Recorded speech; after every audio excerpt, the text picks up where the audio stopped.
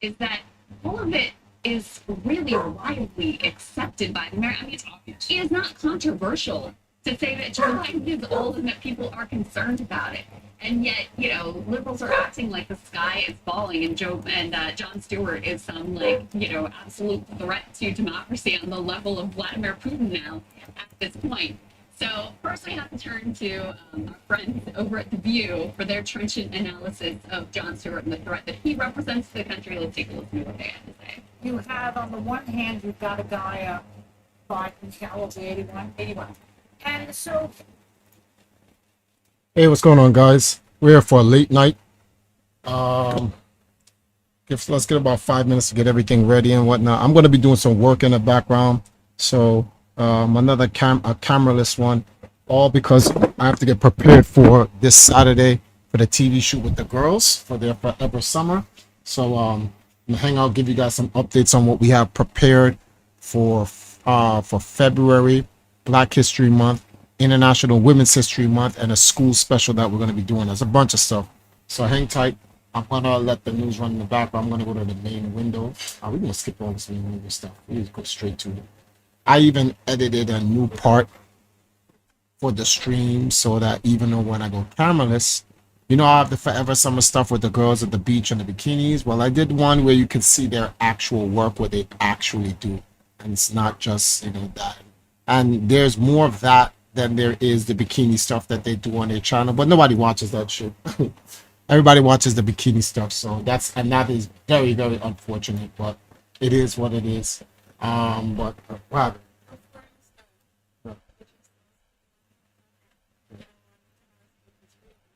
Well, let me see. Well, Batman and Joker's not real. Let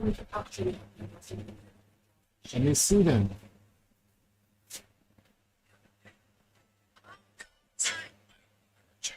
That's real. Wow, he laughed.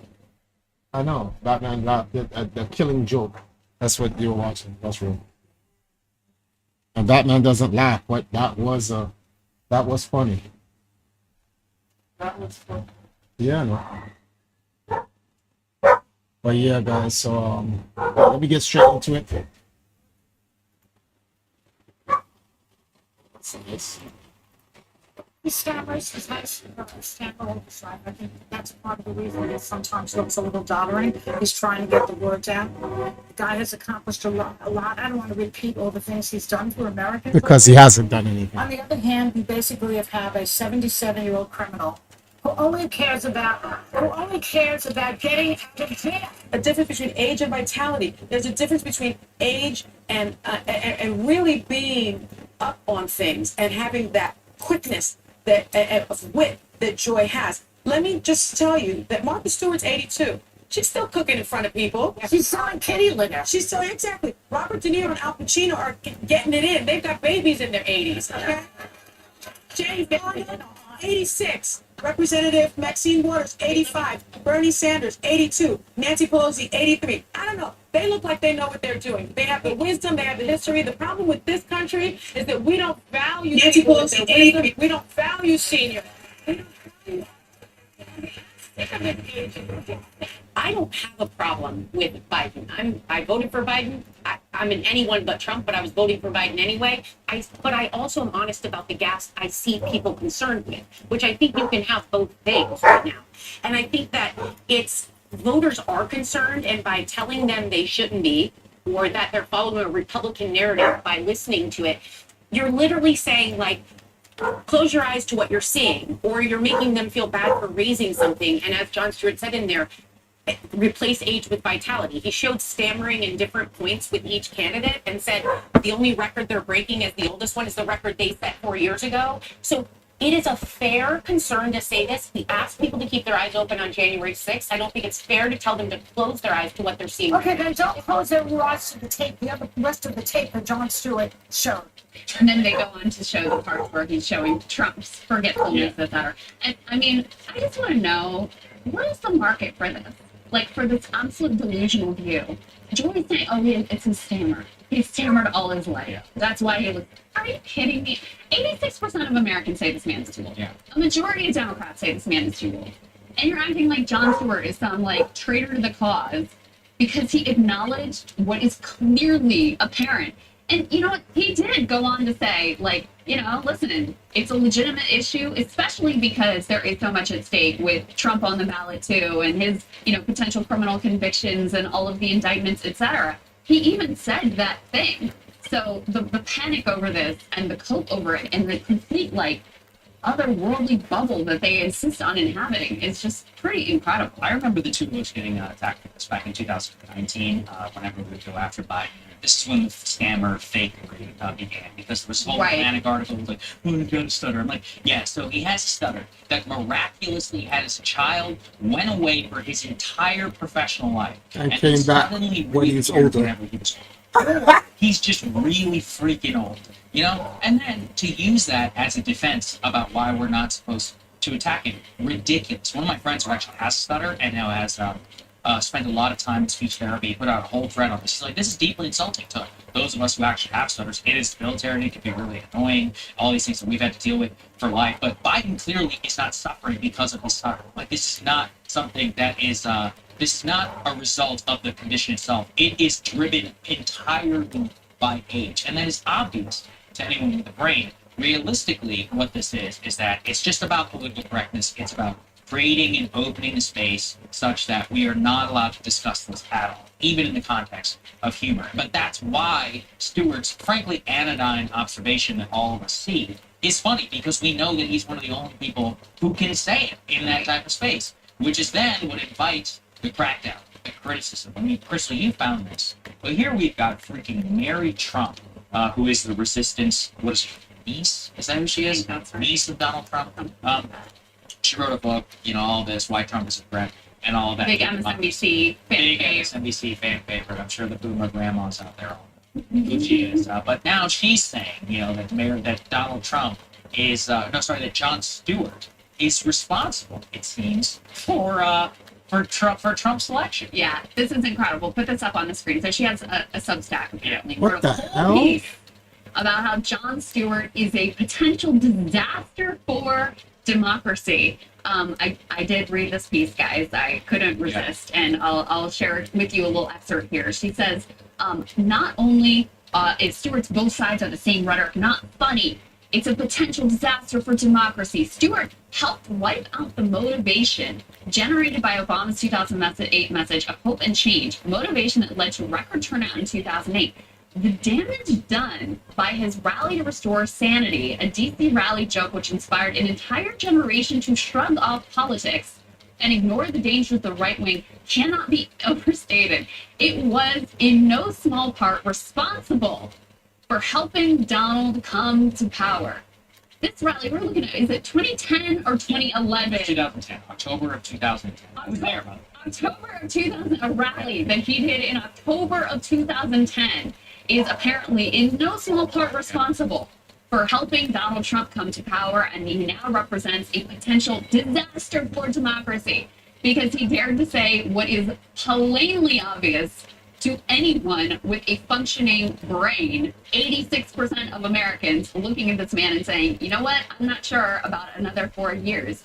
And you know what it is really, Sagar? It is this cult-like denial of reality that is mirrored on the right. I mean, they are like two sides of the same coin at this point. It's like anything I have to say, any inconvenient fact or reality that I have to deny in order to avoid giving the other side some talking point, I am going to do it, and I'm going to attack anyone who doesn't follow the rules of the game of just complete denial of the obvious realities in front of our face. Yeah, I mean, it's totally nuts. And it also just gets back to the idea that you're not allowed to criticize people within your own side. And I think it really is insulting to people. There are a lot of people who think that Biden is too old and are going to vote for him. You know why? Because they hate Trump. Now, you can make fun of them. We can certainly discuss it here if you want. But you cannot criticize that because people are informed enough to discuss it. Hey, peace out. What's going on? And to make the choice. What's going on, Game Pro? You can do it vice versa. Go ahead. Yeah, well, I was just saying, here's the other thing, is you could have had an open democratic primary process so that people weren't having to go like, oh my God, is this man going to drop dead before we even get to election day? If you thought Donald Trump and you think Donald Trump is such a threat to democracy, and I personally do not want to see Donald Trump back in the White House, you could have opened up the process so people had other alternatives of candidates who aren't in their 80s, of candidates who are able to formulate a sentence, of candidates who don't routinely tell stories about foreign leaders who died 20 years ago, okay? 30 years ago. It's around. You could have. He's dead. You could have done. So the people to blame are the DNC and the Democratic Party establishment who decided they wanted to have an anointment of King Biden rather than actually give voters a choice so you had a better shot come November. Because the truth of the matter is, if you had a run-of-the-mill Dean Phillips style generic Democrat, they would be in a much, much, much better position to win come November. And that was another thing that stuck out in that RFK Jr. focus group is the people who had said, we voted for Biden and we're not voting for him this time. They were asked, okay, is this about Biden or is it about the Democratic Party? No, it's about Biden. It's about Biden. And so all of the celebrations around the special election results, like what just happened in New York 3, where people are saying, oh, thank goodness, I think we're going to be fine, etc. That was for like a generic Democrat. It may be a very different story when people are actually considering the person of Joe Biden. And it wasn't Jon Stewart who created these freaking dynamics, Mary Trump and Joy and whoever else at The View. It was the Democratic Party that forced the public into this horrific choice of, it's Joe Biden and that's the only option on the Democratic side. Yeah, it's totally crazy, especially with the way that you have the media that then enforces within this. You see why they get away with it. And when the vast majority of these Democrats trust the media, I'm talking about the Democratic base, it's very, very difficult to have an open and a real conversation. It's genuinely tragedy because if they do lose, Britain dies. Imagine, what are we going to do? What is going to happen to this country? And it's an entirely foreseeable, predictable event that only, after a special counsel writes the obvious, are we even allowed to? And now they're trying to get the tapes of that conversation not to come out. Oh, that's another thing. We don't have time probably to cover. It's not a big enough story in itself. But you know how Biden said, how in the hell dare he ask me when my son died? Yeah. Well, it turns out, for people familiar with the transcript, he never asked it, special counsel. Biden brought up Bo's death, and then he couldn't remember when he died. I'm sorry, I don't want to sound mean. I really don't. But you're gaslighting the whole country and forcing us to walk the plank with you, dude. Yes. Like, that's the problem. And by the way, for the ladies at The View, I mean, did you ever even inform your audience that Joe Biden had opponents? Yeah. Did you have any of them on your show? So, I mean, you actually have direct culpability for the fact that this is the choice facing American people at this point. So, don't put the blame on Jon Stewart for pointing out the absolute obvious. Do a little self-reflection about your role in enforcement for Joe Biden that led us to this place that the majority of Americans are disgusted to be in. Absolutely. Hey guys, if you like that video, go to breakingpoints.com, become a premium subscriber, and help us build the best independent media organization on the planet. That's right. We're subscriber funded. We're building something new. We want to replace these failing mainstream media organizations. So again, to subscribe, it's breakingpoints.com. One of the most trusted journalists and Comedy Central. It's America's only source for the No. I have joining me today Colonel Douglas McGregor to go over a range of issues from international situations to local situations. Colonel McGregor, thank you for joining me today. Sure, happy to be with you. So, as you know, a couple of days ago at 4 a.m, the Senate banded together to pass this $95 billion security bill to give money to Ukraine, Israel, and Taiwan. Over 20 Republican senators locked arms with Democrats and said, hey, let's go ahead and strip out all the money for our own national security, our own border. Let's strip out money for veterans, seniors, children. What are your thoughts on this? And is this a prime example of the military-industrial complex that General Eisenhower warned us about? Well, I think there are several things. It reaffirms that the people in Washington are largely disinterested in what the American people need or want. They're completely unresponsive to real national needs. We don't need to fund Ukraine any longer. We never needed to do so to begin with, but now it's patently obvious to even a casual observer that Ukraine is in ruins. that war is lost. And if there was a shred of humanity in anyone in Washington, D.C., we would work to stop this terrible war immediately. All it's done is pile up hundreds of thousands of dead Ukrainians, destroy the economy, destroy the country. The Russians have exerted enormous restraint. They're not pushing as fast as they could to the Dnieper River because they would like to see a settlement. And obviously, there's no interest in really crossing that river into the west because they don't want to rule Ukrainians. And the real Ukrainians from an ethnic, cultural, and linguistic standpoint are overwhelmingly west of that river. They've had bad experiences with that in the past. Ultimately, what the Russians want to do is get back to business with the rest of the world, particularly the Europeans, with whom they had good relations, especially the Germans. So this is evidence that, nobody, well, I shouldn't say nobody, but the overwhelming majority of people sitting in the Senate are just responding to their donors. They're looking at what puts cash into their pockets. They have some interest in their constituents insofar as they want to keep assembly lines humming, producing weapons that can ultimately be sent to Ukraine. But keep in mind that most of the money will go towards equipment that has to be built. Our stocks are depleted. We don't have very much to send without completely endangering our own security. So that means that most of this money goes into production that the Ukrainians, assuming that there are any left in a year, will not see for a year. So how serious can they be? The notion that we should spend money on Taiwan at this point for defense and supposedly in the Western Pacific on the assumption that the Chinese are aggressive is just pure unadulterated nonsense. No one in China is going to invade Taiwan. There's no danger to Taiwan unless we put missiles on Taiwan and troops on Taiwan and equipment on Taiwan and threaten China. So that's a shibboleth. That's an empty horse from the beginning. And then you mentioned Israel. Well, Israel's economy is in ruins. And if we were not to send billions of dollars there right now, the entire economy would collapse. Remember, they've had to move most of their manpower that would otherwise be productively employed in the economy into the military. And they're rapidly developing a multi-front war.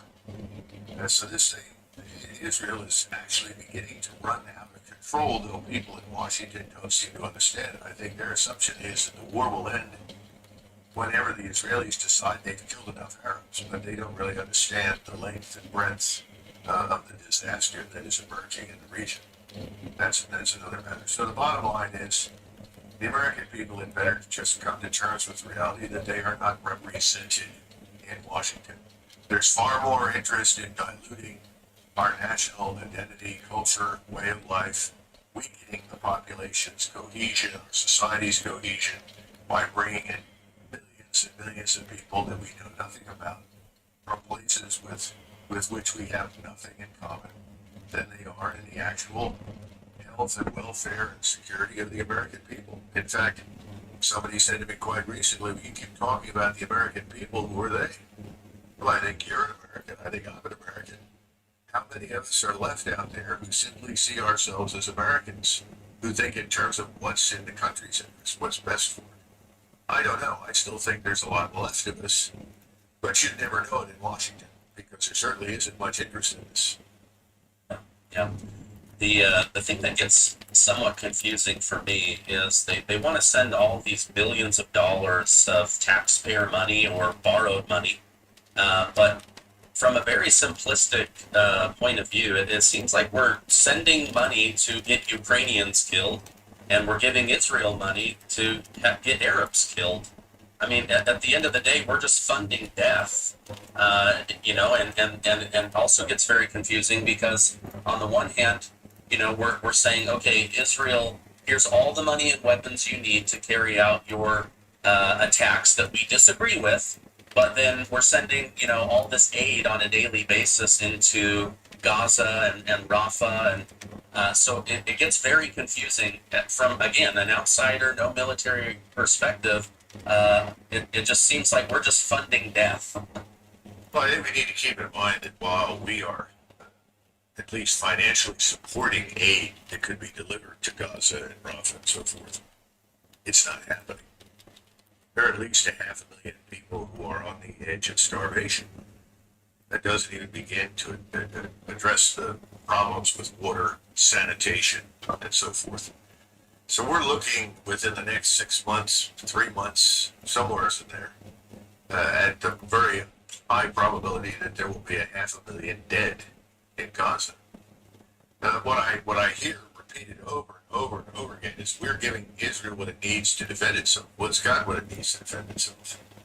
What happened on the 7th of October was tragic. It was unfortunate and offensive, but at the same time, they made a mistake. Unless someone is going to stand up and say we deliberately did this, which I doubt in Israel, then someone made a terrible mistake. In other words, the gate was left open. And you're talking about an intelligence service that has the advantages that we do of extraordinary penetrating surveillance, overhead, ISR. And so the notion that, this is just the defense of Israel is ludicrous.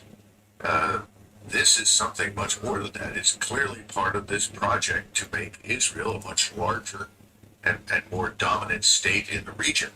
And that has to come at the expense of the Arab population that lives inside Israel's borders. That means Gaza and the West Bank. Nobody ever brings up the West Bank. There are thousands of Arabs that are being held without trial and just being picked up and randomly shoved into prisons. We have the same thing in Gaza, but Gaza gets most of the attention because there it's unmistakable. The bombings and the killings are shattering and overwhelming. Somebody said to me the other day, well, you've always supported Israel. Why don't you support Israel? I said, of course I support Israel. I've always supported the existence of the state. And I still feel strongly that we should preserve the state. But I said, you're asking me something else. He said, what do you mean I'm asking you something else? I said, well, would I stand by and applaud or cheer the systematic destruction of 2 million Jews in Israel? Well, my answer is absolutely not. But yet you're asking me why I don't applaud and cheer the destruction of 2 million lives that happen to be Arab in Gaza. I said, I can't do it. I think it's wrong. And it's interesting that the people that posture morally in Washington all the time seem to have turned a completely blind eye to what is morally reprehensible in Israel. And if you say something about it, then you're automatically castigated as all sorts of terrible things, bigots, anti-Semites, so forth. That includes a lot of Jewish people in the United States who are equally appalled, by the way. But this is the mystery of Washington. Well, the American people need to disentangle themselves from the mystery. They need to understand that everything in Washington is still driven by money, and that's what's calling the tune there right now. If you have enough money that you can enrich enough people inside the Beltway, you can really determine the direction and the impact of American foreign and defense policy. Yeah. Max Blumenthal was on my show. He said construction is booming in Washington, D.C., thanks to the Russia-Ukraine war, that people are, expanding, building on their houses, building brand new mansions, and it's all built on blood, This money gets funneled back to corporate donors, military contractors. These are Mitch McConnell's words, not mine. Oh, don't worry, that money doesn't go to Ukraine. It goes to weapons makers. Well, that's the problem, It's this vicious cycle of, and I like how you separate the people, the voter, the constituent from the donor. When you first said donor, my mind goes to, the people that give, a couple bucks here and there. But no, you're talking about the corporate donors who give and then expect those favors to be called at some point during somebody's time in office. I like to call them billionaire oligarchs. We have oligarchs in Eastern Europe and Ukraine and Russia. We talk about them all the time. I would say that Putin has either eliminated or tamed these oligarchs to the point where they are now aligned with Russian national interest. We haven't.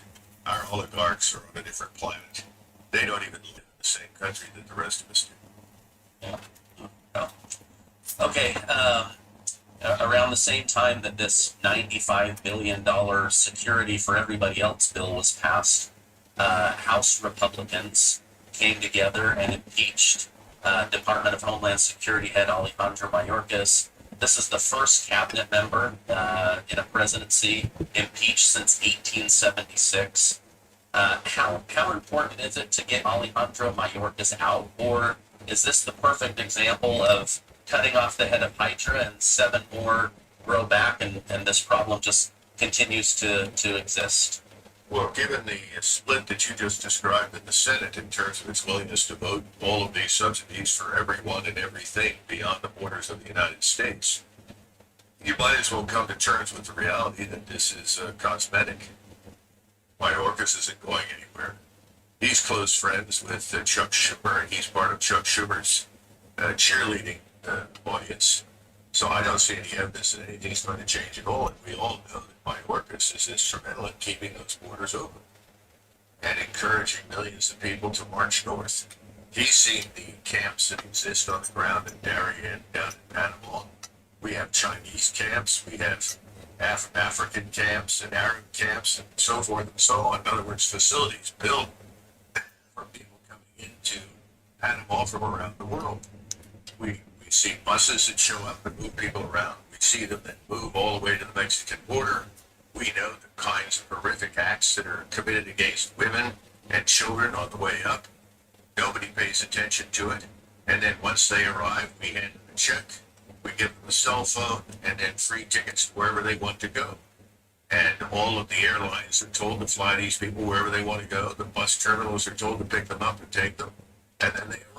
And the idea is that if you can distribute enough of these people all over the country, you can turn the so-called proverbial red states into blue states. Blue meaning, I guess, bloodless, no longer American, fundamentally foreign, in the hands of people that do not support and are not loyal to the United States of America. That's what it boils down to.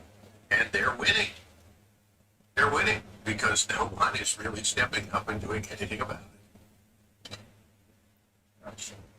Okay, the biggest story in the news this past week has been Tucker Carlson and his stupidness or courage, depending on which side of the aisle you're reading from.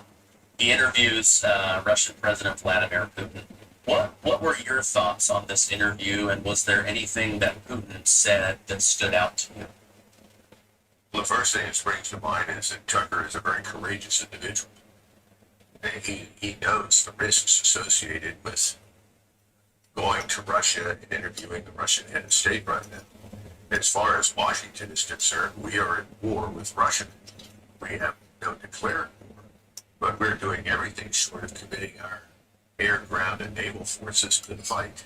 What we've done is commit lots of advisors and clandestine individuals to support and make equipment work and systems work for the Ukrainians, and at the same time, huge quantities of money. So he's in a difficult position because of the vantage point of this government and most people in Washington. He's undermining the effort because he's gone to ask the foreign head of state for the truth. What is it? Why? What are you in this for? What is this really about? Everything I heard from Putin, I consider to be true and accurate, with the exception of one area where I was disappointed but not surprised. The problem in Russia is that the Russian government has not come to terms with the Stalinist period and communism. Now, everyone knows that communism is a disaster.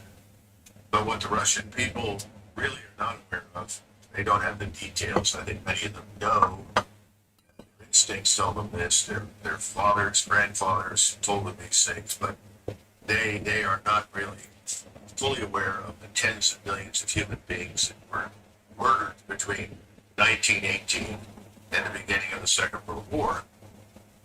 Millions. And what people don't understand is that in 1939, when you had the Soviet-German pact between Ribbentrop, the German foreign minister, Molotov, the Soviet foreign minister, this enabled Stalin and his armies to overrun Lithuania, Latvia, Estonia, and half of Finland, as well as nearly half of Poland. This resulted in the death either through deportation, execution, or simple exposure to the elements for millions of people that lived in those areas. That doesn't come up for discussion. Instead, everyone talks about, well, Hitler. There could not have been a Second World War without two things. First of all, without communism coming to power in 1918 and then consolidating its power through the murder of millions of human beings inside the Soviet Union, you would not have had the fear that emerged in the rest of Europe, particularly in Germany, where by the time Hitler is finally elected to office, and when I say elected, that's misleading, he had 32% of the vote. It was largely in response to the fear of communism inside Germany. People knew that millions were being starved to death. There's somewhere between 7 and 10 million Ukrainians inside Ukraine were starved to death, an orchestrated famine. Those who were not starved to death deliberately by the removal of all food and the decimation of their families, the destruction of their property, were then shot on sight, raped and shot, or deported. And the difference between the concentration camp system that develops early in the 20s and lasts all the way into the early 1960s, and the concentration camp that springs up after we go into, or after the Germans go into Eastern Europe, after the invasion of the Soviet Union, is that the concentration camps in Russia are in areas where the weather is so severe, the temperatures are so low, the food is so bad, the treatment meted out to the prisoners was so horrific, that within the first 30 days to 90 days to 6 months, almost everybody was dead. In other words, you didn't have to deliberately employ chemical means to eradicate the desired population. They died of exposure. And more people died between 1918 and 1941, we think, maybe more than died during the Second World War fighting against the Nazis. The other thing is that they talk about the Great Patriotic War, but 1.5 million so-called Soviet citizens volunteered for duty with the Wehrmacht. Hundreds of thousands of Russians, more than 250,000 Ukrainians, hundreds of thousands of Mongolian, Turkic, Armenian, Georgian people, Tartars, all of them settled up as soon as they could with the Germans against communism. That's what people don't understand. There were 2 million Soviet prisoners of war sitting in camps that were ready to volunteer and go out and fight with the Germans against the Soviets, something that Hitler refused to do. It was a terrible mistake. In other words, people don't understand that communism was the real cause of this horrific war. Now, that doesn't absolve Hitler, but it changes the complexion of the discussion. I didn't expect Putin to mention all of it, but the notion that you could have had a war at all without Stalin is ludicrous nonsense. And even in more material terms, when the Germans finally attack the West, when they go into Scandinavia and they overrun the Low Countries, defeat the British and the French and France, all of the oil, all of the raw materials, the food, the gasoline, everything is from Russia, supplied by Stalin, because Stalin hoped that the Germans and the British and the French would end up in a World War I scenario, in a stalemate, which would then offer him opportunities to attack from behind. It didn't work out that way, did it? But, the problem is the Russians need to know the truth. They closed down the NKVD archives so that the Russians do not know the full truth. They were finding it out up until about 2001, 2002. People were becoming enraged when they found out that more than 15 Soviet soldiers died in the war. They were enraged when they found out that Stalin's NKVD executed 1 million Soviet soldiers who refused to fight the Germans. So this great patriotic war myth, if you will, is something they can't afford to destroy, at least in their minds. Now, everything that was said about Tsarist Russia from 932 up to 1918 was true and accurate. And however many mistakes the Tsars may have made, and however inhumane from time to time they may have been, compared with what followed them, they were wild-eyed humanitarians. That was my problem. Tucker could push back against the head of state and say, you're not telling us the truth about what happened with Stalin. That was beyond the scope of this thing. But I'm disappointed that no one in Russia will stand up and tell the truth. Stop pretending that there was something good that happened under communism. There wasn't. It was the evil empire. The good news is that today's Russia has nothing in common with it. And if anything, It looks more like Tsarist Russia, only with a much more humanitarian face and a much higher standard of living. We should all be grateful for that, and they should take great pride in it. That's my personal frustration, that the truth just hasn't hit the light. Gotcha. Oh, interesting. Yeah, I've seen many journalists that have come down hard on Tucker Carlson for not pushing back more or not bringing up the big questions. But when was the last time they were like in the Kremlin surrounded by soldiers? I would be pretty intimidated to go down paths that might get me in trouble while I'm stuck in a foreign nation. Well, keep in mind something. When he said the big questions for us are different. I mean, quite frankly, if Putin had wanted to, he could have started his rendition of history since 1989. That's really what's vitally important to us. And what he said was true. We goaded Russia into attacking eastern Ukraine. We made it impossible for them to stand by and do nothing. They begged us privately, whatever you do, don't expand NATO to our borders. Don't do it. They tolerated the expansion into Poland. You know, the state with a population that historically is incurably anti-Russian. I mean, the first thing that happened when Napoleon Bonaparte showed up is that he was joined by 50,000 Polish soldiers. And Poland didn't have 50,000 soldiers, so where did they come from? The population rose up and joined. And the Poles were in the forefront of urging Bonaparte to march on Moscow. So why, the first question is, in my mind at the time, I like the Poles, but why would we bring the Poles into NATO? I wouldn't have done it, for the simple reason that it was a catalyst for conflict with Russia. Well, we did. We brought them in, along with Lithuania, Latvia, Estonia, all of whom have unhappy histories because of communism. Now, my point is this. He could have spoken about that, and he did. Not as vociferously as I have, but he made the point that we had asked you not to do that. And it became clear that Ukraine was being transformed into this dagger pointed at our throats. I was glad that that came out and that was true. The big questions are not, well, Mr. Putin, why are you evil? Mr. Putin, why do you want to attack the West? That's all nonsense. That is just irrelevant nonsense. The other thing is that he pointed something out that I think we should all take note of. He said, what are you doing in Ukraine? What is there here for you? You have problems at home. Look at your $34 trillion debt. He said 33, it's actually 34. And we've got $1 trillion a year now to service our national sovereign debt. It's unsustainable. It's just a question of when it all falls apart. And he says, what's your interest here? Why are you doing this? You have other fish to fry, so to say. In other words, why are you meddling in the internal affairs of others? And that's what we've been doing for 50 years off and on. It's got to stop.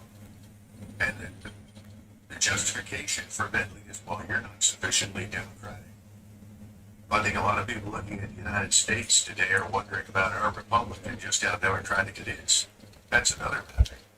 But we got to get back to Washington and Hamilton, who made the argument that America should become the world's engine of prosperity. And if we are successful with our government, with our economy, people all over the world will admire us and they'll want to emulate us. And that was in response to Jefferson, who, like the French Revolution at the time, wanted to export revolution at the point of abandonment. Washington and Hamilton said, if we're going to export revolution, let's do it peacefully along the lines that I just described. Let's show people just how good it can be, and others will say, yeah, right, they've got a good model, let's pick it up and emulate it. We've done the opposite, and now we're increasingly isolated in the world.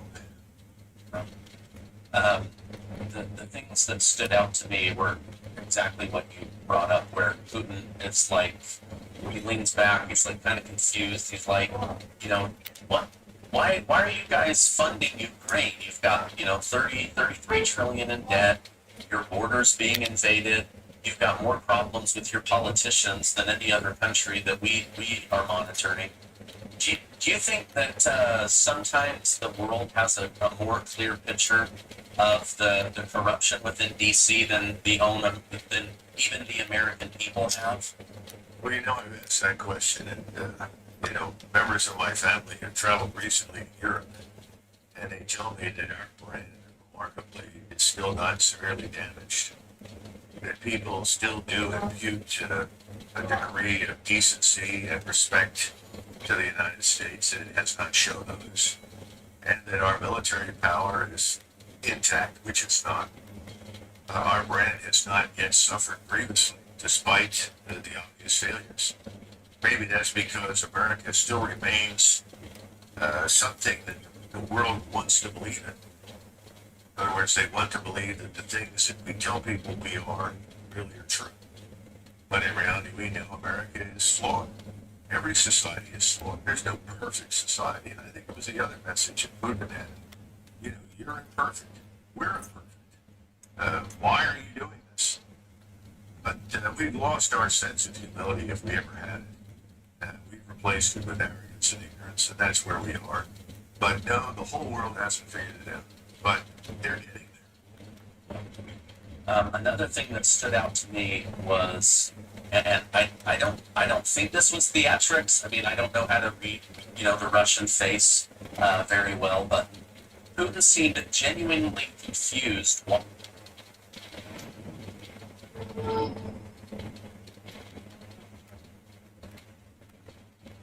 Hello, Namaskar. This is First Post in Watching Vantage with me, Valkyries.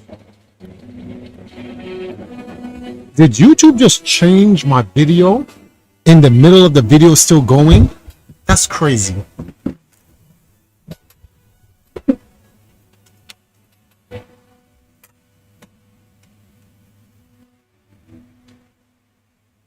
Start tonight with news of recession. Two countries have slipped into recession today, Japan and the UK. One was a surprise, the other was unexpected blind. But the fallout is the same. The negative sentiment is spreading, the growth projections are being revised downwards, so will more economies still this year? Discuss the numbers and the trends. Meanwhile, the Indian Prime Minister is Qatar meeting the top leadership and cementing a tricky but strategically important relationship. Okay. Why is Qatar the bad boy of 3 hours ago. Oh, that crap. cannot be ignored? Our coverage of the Pakistan election continues. Now, the US has given a clean chip. State hypocrisy to the why. In India, the top court has shut down electoral bonds, calling them unconstitutional. What does that mean? Why are AI avatars of dead leaders appearing in election campaigns? Why does Putin say he prefers Biden over Donald Trump to the White House? What's the Egypt Turkey reset? How will it impact the region? Which African streaming platform is beating a giant like Netflix? Is Russia close to releasing the world's first cancer vaccine? And why the Australian Prime Minister made headlines on Valentine's Day? All this more coming up. Really? Is North Korea warming up to Japan? Kim Jong-un's powerful sister says Pyongyang is open to improving ties with Tokyo. Kim Yo-jong also hints at an invitation for Japan's Prime Minister to visit the country. Prime Minister Fumio Kishida has been pushing for a diplomatic breakthrough with North Korea. The US says it intercepted weapons shipment from Iran to Yemeni rebels in January. It contained more than 200 packages of missile components and explosives. Since November, Yemen's Houthi rebels have been attacking vessels in the Red Sea. Bangladesh frees two of its top opposition leaders. Both belong to the Bangladesh Nationalist Party, the BNP. Elections in the country were held in January. Before that, thousands of opposition leaders were jailed. Prime Minister Sheikh Hasina won her fourth term in the election. Food crisis grips northern Nigeria. Protests break out over soaring prices. People being forced to skip meals and eat fish food. In December, Nigeria's inflation hit a 3-decade high. Yikes. Thailand moves tourists to offer medical coverage up to $14,000 for visitors. The kingdom hopes this will help your travelers. Thai tourism took a hit during the pandemic. In 2019, 40 million people visited the country. Last year, there were less than 30 million tourists.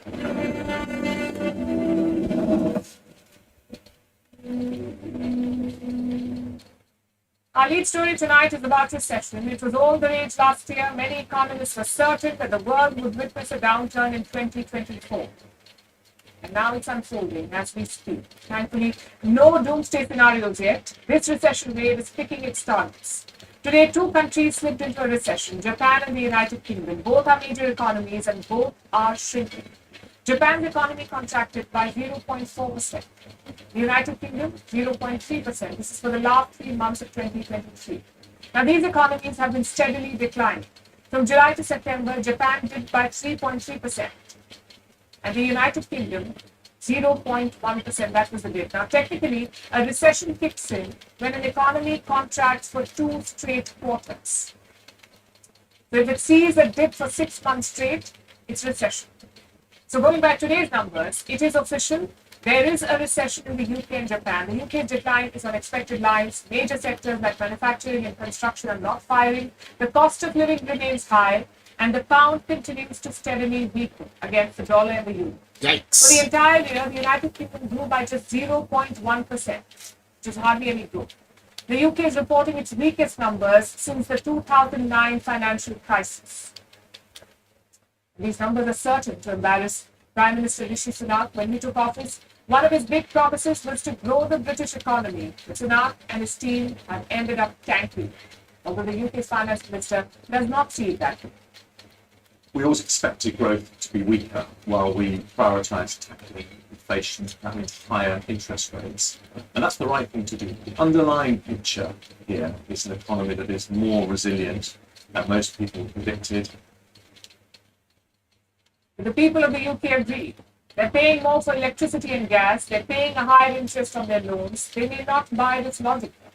In less than 3 weeks, Jeremy Hunt will reveal his next budget. With the UK recession, he has his staff cut out. Which brings us to Japan. Also in recession, but it's a totally different story. Today's numbers come as a surprise to many observers. Japan was not expected to slide into a recession. It was the third largest economy in the world. Today it has lost that title to Germany. The German economy is worth $4.4 trillion. Japan is now down to $4.2 trillion. 極めて日本の成長力が I think the fact that Japan fell to fourth place for global economy size is a more serious matter than people originally expected. The reason for the slide is foreign exchange rate. In 2023, the average of the dollar-yen rate was 140.5 Japanese yen against $1 US. This indicates a historical weak yen, which makes the value of the yen weaker and a big reason why Germany overtook Japan. And what is dragging down Japan? Domestic demand is weak, so is consumer spending, which means people are not willing to part with their money, which is not surprising. Inflation in Japan is at a 4-decade high. So when the basics cost more, most people start budgeting their expenses. They spend less. What is worrying is the decline in business activity. Japanese businesses are spending less. And that's a matter of concern, because when businesses tighten their belts, workers usually get poor increments. There could even be job cuts. And such a situation creates a cycle. When workers get paid less, they hold back their spending. This can slow down the entire economy. And if this trend continues, Japan's economy could remain in the slow lane for quite some time. The question is, will more countries follow suit? Will more economies fall into a recession? Honestly, it's too early to say. Some experts claim this recession wave won't be like the previous ones. It won't stick around for a long time. The recovery could be quick. But the optimists got another setback today from the European Union. The EU has released new projections. The Eurozone has cut its growth forecast. The earlier projection was for 1.2% growth. The new number is 0.8%, which is not a recession, but growth will be less than 1%. So the negative sentiment is spreading. Whenever major economies dip into a recession, it sends ripples across the world. Other countries begin to worry. It's a bit like watching a stack of dominoes fall, with everyone hoping it doesn't reach their side of the table.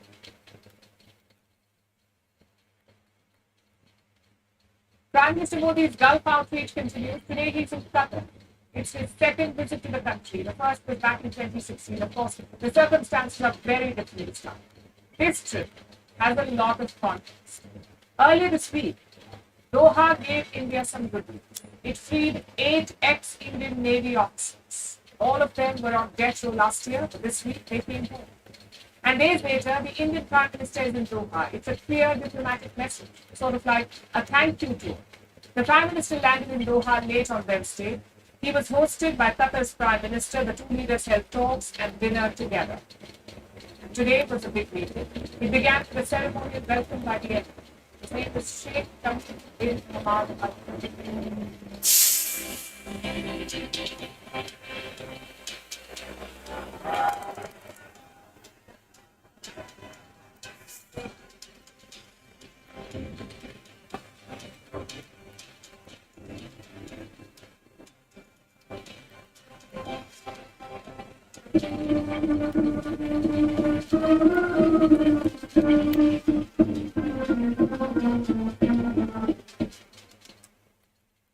Then it was time for talks. Modi and Al Thani had last met in December. Both men had attended the COP summit in Dubai. Today, they discussed a number of issues like energy trade, bilateral investment, space collaboration, and cultural ties. They also exchanged views on regional issues. I presume that included the war in Gaza. Prime Minister Modi invited the Emir to visit India. He also thanked him for releasing the 8 Indian sailors. Prime Minister thanked honestly me for his support for the welfare of the Indian community, and in this regard expressed his deep appreciation to His Highness the Emir for the release of 8 Indian nationals of Empire Arcadia. We are extremely gratified to see them back in India. Now, Qatar is an interesting one. Their trade with India is $18 billion.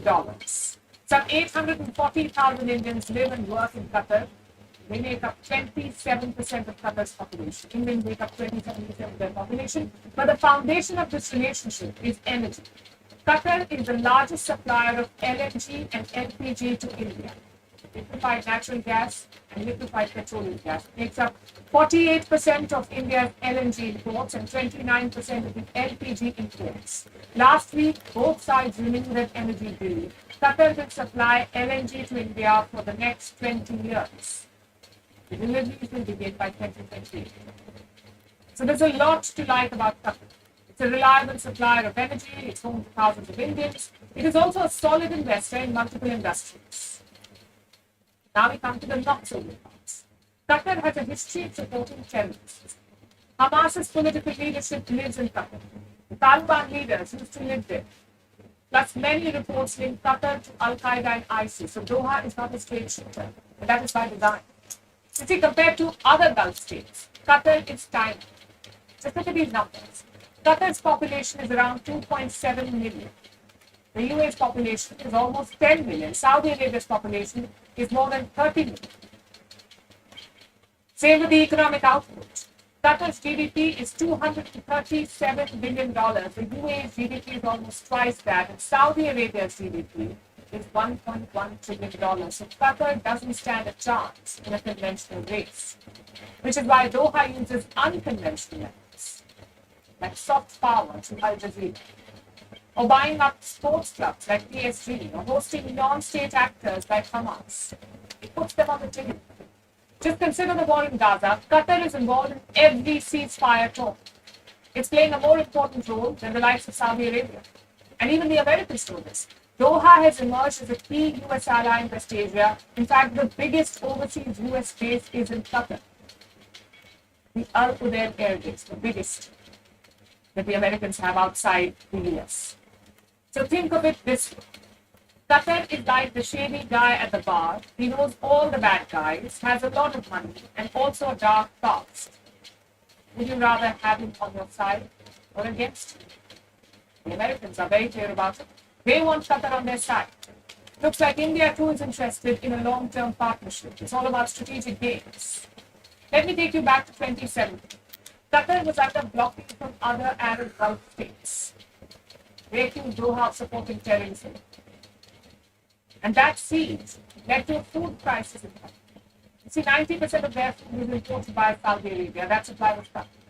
And when that border closed, it meant trouble. Guess who helped Qatar then? India. New Delhi opened a direct trade route to Qatar. It's also been helping Doha improve local agriculture. What does that tell you?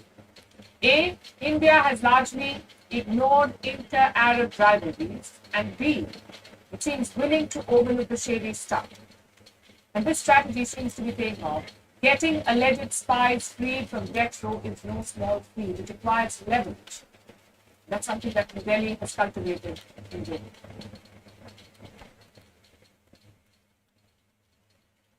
Speaking of shady countries, guess who's just given a clean chit to Pakistan's elections? The United States.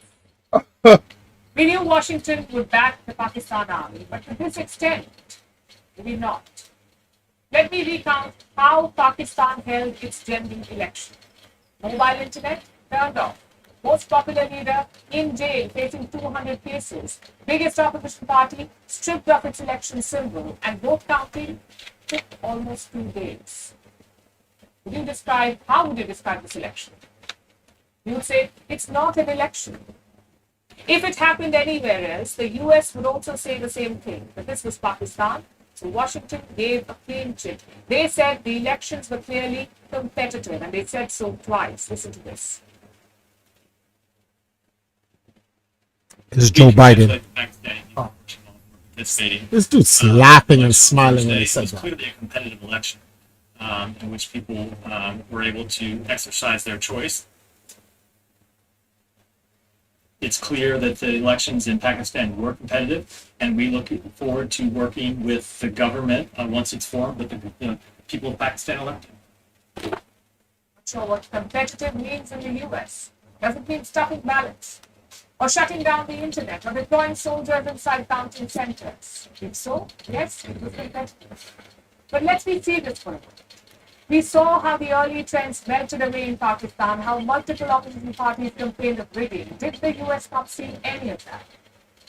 Washington did talk about the fraud claims. They say, let Pakistan investigate them. How about that? The Pakistani deep state rigs an election, so the US wants the same deep state to investigate it. Try making sense of that. And for the record, Islamabad has no plans to investigate. They say elections are an internal matter. All these statements expose America's policy in Pakistan. They can't seem to abandon the Pakistani army, despite the rigging, despite the support for the Taliban, despite the double game of terror. The US remains in the army's corner. I know it's not the same across the Western world. For example, look at Europe. This is how the EU reacted to Pakistan's elections. We regret the lack of a level playing field due to the inability of some political actors to contest the elections. Restrictions to freedom of assembly, restrictions of access to the internet, as well as allegations of severe interference in the electoral process. For a change, Europe is right. This wasn't a level playing field. This was an election rigged by the Pakistani army, yet the US calls it competitive. Compare this to their response to Bangladesh's election. Washington had a lot more to say then. There was no internet shutdown in Bangladesh, no reports of widespread rigging, no army to pull the strings, but listen to the US statement for the Bangladesh election. We share the view with other observers that these elections were not free or fair, and we regret that not all parties participated. So Bangladesh's elections were not free or fair, but Pakistan's elections are competitive. It's not a first for the US. Joe Biden has hosted 2 democracy summits so far. Both times, Bangladesh was not invited. Guess who was? Pakistan. And both times, Pakistan skipped. Maybe even the generals couldn't buy into the farce. My point is, Washington stands exposed yet again. It's no secret that they support the general in Rawalpindi to keep their dirty works department in the region up and running. It's also no secret that Nawaz Sharif is pro-US, quite different from Imran Khan.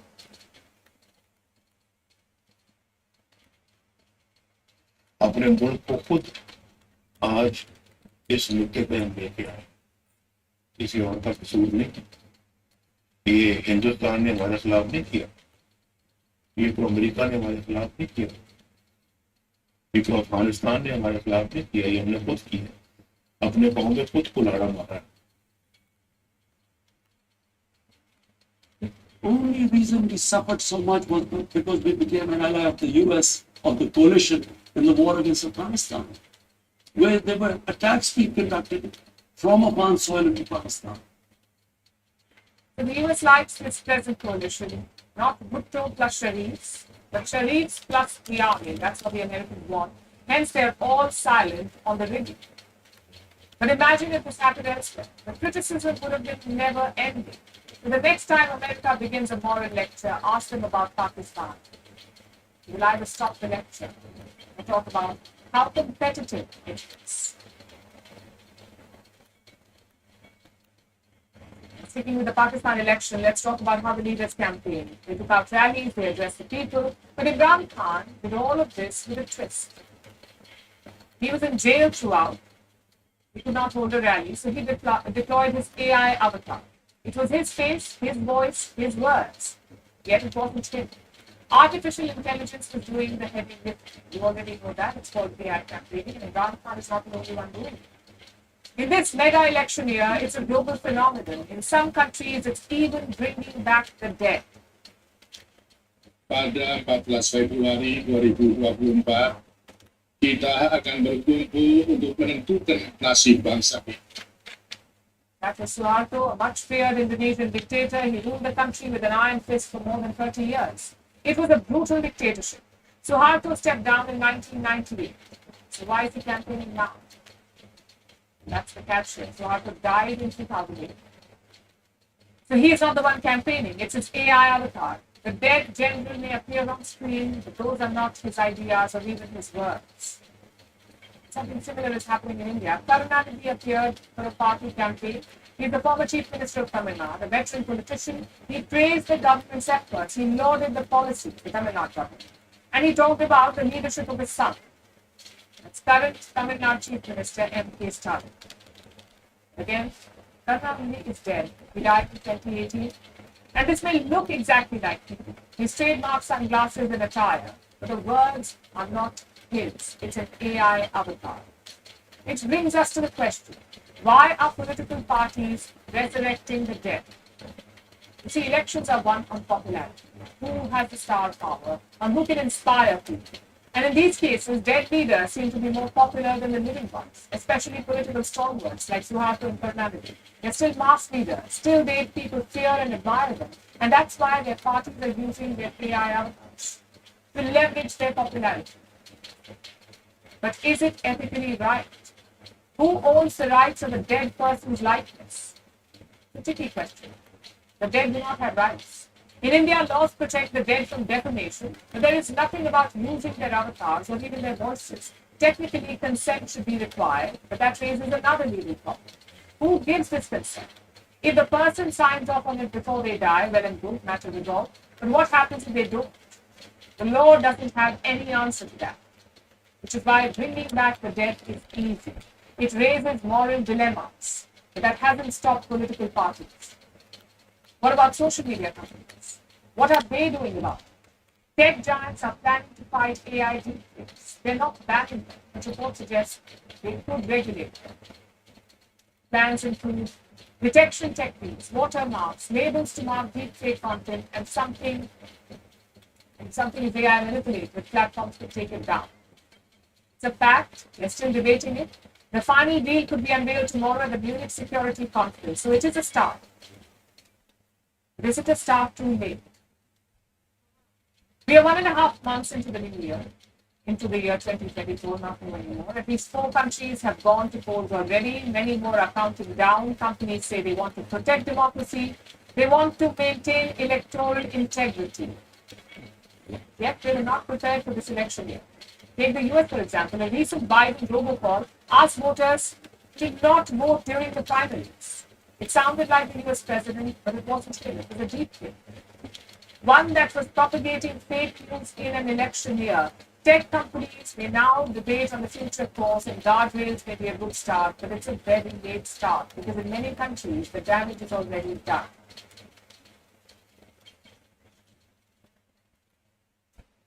Vladimir Putin and Donald Trump was once the bromance of the decade. Like all great love stories, this one too seems to have hit a hurdle. The Russian president was asked who he prefers, Joe Biden or Donald Trump. The answer seemed obvious, but it was not to be. Putin's answer took many by surprise. He said he preferred Joe Biden over Donald Trump. Why? Because Biden is old school and predictable. Is this one of Putin's mind games? Or is the Russian president just speaking the truth? Let's report. It was the bromance of the century. Russian leader, the US president. Putin has called Trump talented. Trump has hailed him as a genius. There's been handshakes, some big smiles, some jibes.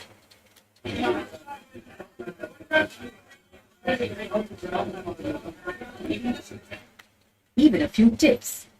But it's a friendship that's endured the test of time. So when Vladimir Putin was asked who he prefers, Joe Biden or Donald Trump, the answer was expected. He would say Trump. People would allege election interference. And all would be right again. But Putin's never been one to stick to the script. Biden. Biden. He is more experienced, more predictable. He is an old school politician. But we will work with any US leader who the American people have confidence in. Putin claims he prefers Biden over Trump. In fact, he even came to Biden's defense. Putin was asked about Biden's age and mental fitness, and this is what he had to say. Yes, he kept looking at his papers, but to be honest, I kept doing the same. So there was nothing peculiar. He never hit his head against something. If there is a person like that, let him cast the first vote. Sounds ironic, right? Biden has only criticized Putin since he took office. He's called him a killer, a thug. He said Putin cannot remain in power. He has vowed to defeat him in Ukraine. Yet, here is his arch nemesis coming to his defense, and how. Then there's Donald Trump. The Trump-Putin bromance was supposed to be one for the ages. But is it over too soon? For Trump, is it the ultimate betrayal? Ironically enough, the 45th US president doesn't think so. He, in fact, thinks it's a compliment, a boost to his presidential campaign. The US will go to polls in a few months. It's likely to be a Trump-Biden rematch. Putin is known for supporting Trump. He's been accused of election interference, of rigging elections in Trump's favor. So is this one of Putin's mind games, to sow discord ahead of the polls? Does he want to show the world he's not backing Trump? I guess you'll never know, because Putin will never reveal it. But there was something that he did reveal, his thoughts on Tucker Carlson. The US journalist interviewed him recently. He was in Russia for it. It was all the hype. But according to Putin, the questions weren't sharp enough. To be honest, I thought that he would behave aggressively and ask so-called sharp questions. I was not just prepared for this. I wanted it because it would give me the opportunity to respond in the same way. Another unexpected comment from Putin. But the point here is simple. America is going to the ballot box. Yet it's Putin that's captured the headlines again. It's all everyone can talk about. It's criticism of Tucker Carlson, his apparent recommendation for Biden. What does the US president think about it? Well, Biden is yet to make a statement. But the White House had just one thing to say. Vladimir Putin must stay out of the US elections. After the big news from India, the Supreme Court has struck down electoral bonds. It has declared them unconstitutional. If you're an Indian, you know about this issue. It's been brewing for many years. Opposition parties were not happy with these bonds, but the government defended them. They said this was a step in the right direction. So today, the top court settled the matter. 5 judges were part of this bench. They unanimously struck down the bonds. Let's dive into the details now. What are electoral bonds? What was the opposition to it? Why did the court strike it down, and what happens next? First, let's understand what these bonds are. What are electoral bonds? The idea was introduced in the 2017 budget. The government said political funding was not transparent, a lot of black money was getting in, so the bonds were introduced. And here's how it worked. Suppose you wanted to donate to a political party, you could go to a branch of the SBI, the State Bank of India. It has many branches across the country. You could go to any one of them. The bank would sell you these bonds. They came in many denominations. 1,000 rupees, 10,000 rupees, 1 lakh rupees, all the way up to 1 crore rupees. You could buy as many bonds as you wanted. Your name and details did not appear on it. Basically, the donation was anonymous. Companies could also buy electoral bonds. Again, same principle, completely anonymous donations. Once you bought it, the amount was deposited in the party's account. It had to be in cash in 15 days. If not, the money went to a relief fund.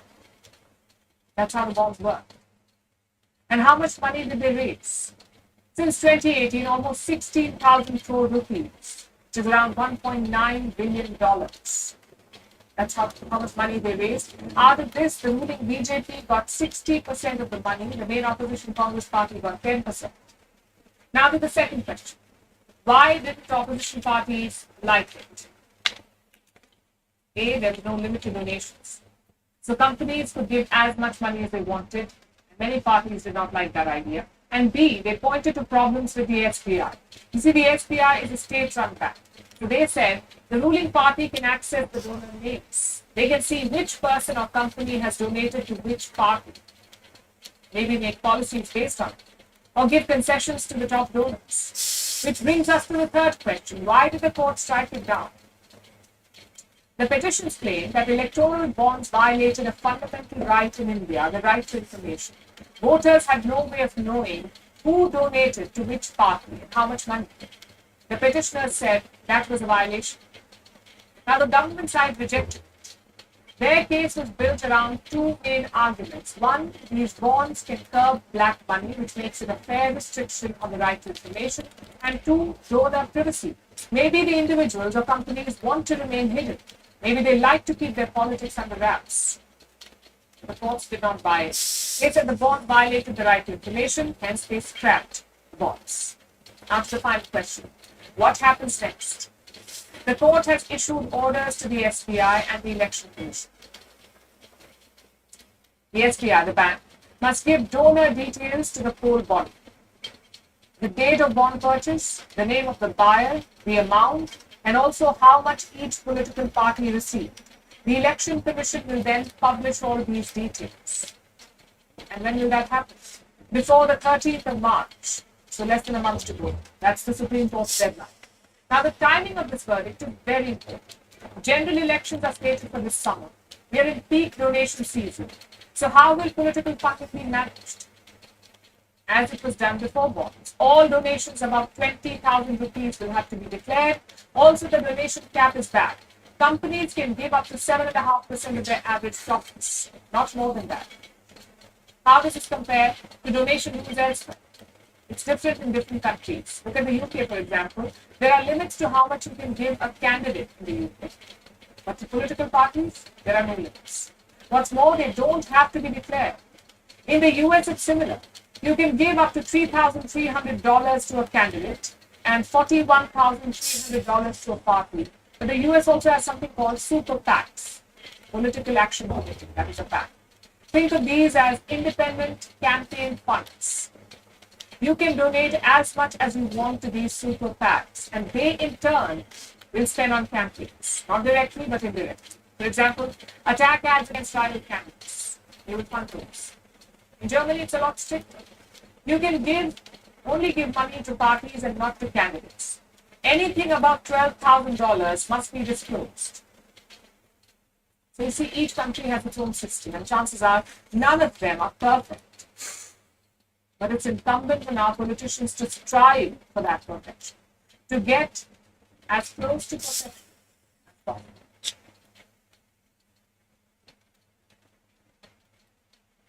For our next story, let's talk about cancer. It's a leading cause of death worldwide. It accounted for nearly 10 million deaths in 2020. That is 1 in 6 deaths the world over. Cancer is a global health crisis. For years, scientists have been developing vaccines that could fight cancer. Now, Russian President Vladimir Putin has made a big claim. He says that Russian scientists are close to the goal. They're creating vaccines for cancer, which could soon be available to patients.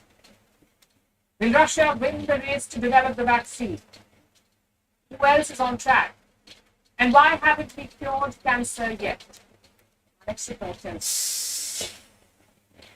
Yesterday, Russian President Vladimir Putin spoke at a forum in Moscow. He made a big claim. He said that Russian scientists are close to creating vaccines for cancer and that they could soon be available to patients. We have come close to creating so-called onco-vaccines, vaccines against cancer, and a new generation of immunomodulatory drugs. And I hope that soon they will be effectively used as methods of individual therapy. Of course, there are many bright discoveries, and we are looking forward to such discoveries in the future. Putin did not specify which types of cancer the vaccines would target or how. The news is already making headlines the world over. Cancer is a leading cause of death worldwide. It accounted for nearly 10 million deaths in 2020. That's nearly 1 in 6 deaths. The most common causes of cancer deaths are lung, colon, liver, stomach, and breast. Both men and women are at risk of cancer. In fact, the cases are nearly equal among both. Of the total cases in 2020, 9.3 million cases were in men, while 8.8 million were in women. Even children are at risk. Each year, approximately 400,000 children develop cancer. Cancer is a global crisis. So why doesn't it have a cure yet? That's because cancer is a complex disease. Every cancer is caused by the growth of tumors, which have different mutations. And every tumor has its own unique mutation. So a drug that works on one cancer patient may not work on another.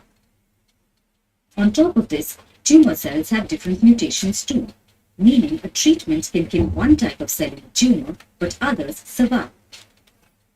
So the tumor grows again. In simpler terms, cancer cells are really good at staying alive. But early detection reduces the spread of cancer, which is why cancer vaccines offer hope. Doctors across the world are developing vaccines that can treat and kill cancer cells and reduce the risk of it coming back. Russia is currently developing one such vaccine, so is the UK. Last year, it signed an agreement with Germany-based BioNTech to launch clinical trials for cancer treatments. The aim is to reach 10,000 patients by 2030. Pharmaceutical companies are also part of the vaccine race. Moderna and Merck are the big names here. They're developing experimental cancer vaccines, and their target is melanoma, the most deadly skin cancer. The development is at a mid-stage, and so far, the vaccines have cut the chance of recurrence or death by half after 3 years of treatment. Meanwhile, some cancer vaccines have seen bigger success. There are currently 6 vaccines against human papillomavirus or HPV. This causes many cancers, including cervical cancer. There are also vaccines against hepatitis B, which can lead to liver cancer. So progress has been made, but cancer is a tough enemy. Different cancers cause over 200 known diseases. So a fight against them is going to be a long one, but one worth fighting.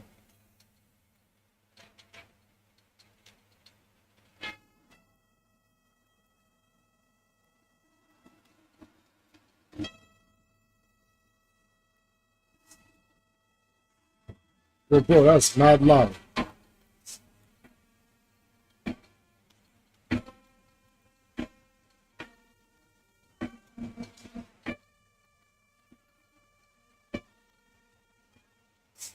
Now let's look at West Asia and North Africa, two regional powerhouses coming together, Egypt and Turkey. Turkish President Recep Tayyip Erdogan arrived in Cairo yesterday. It's his first visit to Egypt in more than a decade. He came here last in 2012. And the following year, their relationship went south. Egypt and Turkey have been at odds ever since. Now, that period of hostility seems to be over. Yesterday, there was a grand reconciliation. It began with the Egyptian President Abdel Fattah el-Sisi greeting Erdogan as he landed. It was a grand red carpet welcome, signaling an end to years of animosity. Both leaders then went to Egypt's presidential palace. The pomp and pageantry continued. There were guards of honor, cheering crowds, choreographed handshakes, the works. Then came the press conference. We have upgraded our high-level strategic cooperation council to the level of presidents. Attempts to exile the people of Gaza from their lands are null and void for us. Efforts to depopulate Gaza are not acceptable. In the medium term, we are ready to work with Egypt for Gaza to recover and be rebuilt. We had the opportunity to evaluate issues in Libya, Sudan, and Somalia. We give full support to the unity, togetherness, territorial integrity, and peace of these 3 brotherly countries.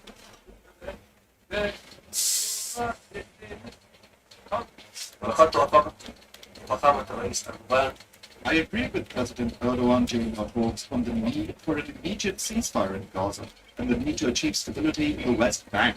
in order to be able to continue the peace process as soon as possible, reaching the declaration of the sovereign Palestinian state with the borders of the 4th of June 1967, with Jerusalem as its capital. Vast work position here. The focus is evident. Their talks revolved around the Israel-Hamas war. It seems to have brought these countries together. That was just the latest push. They've been trying to mend ties for years now. But what led to the breakup in the first place? You see, in 2013, Mohamed Morsi was the president of Egypt. Turkey saw him as a friend. But the Egyptian army ousted him. Who led the army? Abdel Fattah al-Sisi, the current president, who is the coup leader. Turkey denounced him and his new regime. And that's not all. Erdogan even gave refuge to members of the Muslim Brotherhood. That's the group that Mohamed Morsi belonged to, the Muslim Brotherhood. Egypt had banned them and declared them terrorists. But Erdogan gave them a safe haven in Turkey. Obviously, guys snapped. And this bitterness manifested in other arenas as well, most notably in Libya. A civil war has raged through Libya for over a decade. Egypt and Turkey have been backing opposing sides in the Libyan conflict. But now Erdogan says he spoke to al-Sisi about Libya. They said they would work together to try and end the war. So it seems the rivals are burying the hatchet. And it would have both sides. Take trade, for example. Egypt is already Turkey's largest African trading partner. Their bilateral trade is worth $10 billion, and this is despite the rivals. Yesterday, the leaders vowed to increase this to $15 billion. Erdogan also wants to increase Turkish investment in Egypt. It will help both economies. Then comes defense. Earlier this month, Turkey's foreign minister spoke about a deal, a drone deal. He said normalization was required to push the deal through. Turkish drones have gained a formidable reputation. 30 countries have bought the Bayraktar TB2 drone from Turkey, and Egypt may be joining that list soon. So Cairo gets drones, and Ankara gets a new customer. It's a win-win situation. The third benefit of normalization is political help. Both Egypt and Turkey are major players in West Asia. They have stakes across the Arab world and Africa. By mending ties, they can present a united front on the global stage, which is crucial to build pressure on Israel. Both Turkey and Egypt have a lot at stake with the Gaza war. For the Egyptian president, al-Sisi, he wants to avoid a destabilizing influx of refugees. The Turkish leader, Erdogan, he wants to maintain his reputation as a champion of Islam. Together, they can champion both causes. As I said, there are a lot of benefits to burying the hatchet. And it looks like Egypt and Turkey are now ready to reap the rewards.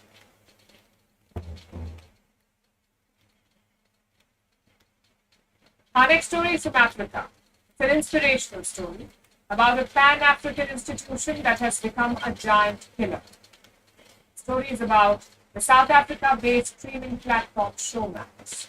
Showmax is going toe-to-toe with Netflix, the American streaming behemoth, and the Goliath in our story. Right now, our David, Showmax, is winning. Last year, it became Africa's most subscribed streaming platform. It had 2.1 million subscribers on the continent, compared to the 1.8 million paying for Netflix. Now, these numbers are small, a drop in the Netflix bucket, but they represent hope. Showmax is showing that regional players can fight off Netflix and its deep pockets, and that local expertise and ingenuity may still win the day. When you think of streaming, what's the first thing that comes to mind? YouTube. Most of the world is No, it's not. mail-based video rental business. But now it is the undisputed streaming giant around the world. Netflix has about 260 million global subscribers, the highest by far. Amazon Prime comes in at second at 200 million. Then you have Disney Plus, Hulu, Apple TV, and all the rest. Netflix dominates the industry, with over 80 million subscribers in the US and Canada, about 46 million in Latin America and Mexico, 45.3 million in the Asia Pacific. Netflix has a stranglehold on streaming everywhere in the world. But there's still one place where the American behemoth struggles: Africa.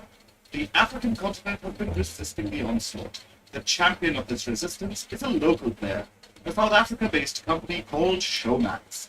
Showmax entered the streaming game in 2015, and last year, reports say it pipped Netflix to the top spot in the African continent. Last November, Showmax reportedly had 2.1 million subscribers. Netflix had around 1.8 million in Africa. This is less than 1% of the total of Netflix subscribers, but that's still no mean feat. Showmax first managed to catch up to and then overtake Netflix in an entire continent. It has shown that Africa possesses some homegrown giant killers, companies that can hold their own against very big Western pockets. So how did Showmax do it? Their strategy seems to have been going local. Showmax is available in 44 countries, all of them in Africa. They tried to focus on familiar markets. Showmax isn't exactly a startup. Its parent company is a media powerhouse in the continent called MultiChoice. MultiChoice has been active in Africa for decades, and it has used this decades-long understanding of the continent to race ahead. Showmax is known for its original African content. They appeal to the local population, and in turn, drive up subscriptions. Showmax plans on releasing 21 African original series this quarter alone. By the end of the year, it should have 1,300 hours of original programming. That's a boost for African viewers and content creators. And the story is just beginning. Yo, Showmax revamped its outdated app. we need to get the Valkyries on Showmax. It has invested heavily in a smoother and better streaming experience. And it also has a popular offering for locals. Football. Africa is crazy. So Showmax is offering an English Premier League only subscription. It's a way to get the beautiful game to African fans and a way to get African football fans to become paying subscribers. It's another demonstration of how the streaming platform understands its market and how it's using this insight to beat giants like Netflix. Will Showmax be able to continue its resistance? How long will it be able to hold off Netflix and all of its money? That will ultimately depend on how well they can cater to African needs and how much Africans are willing to support their local business.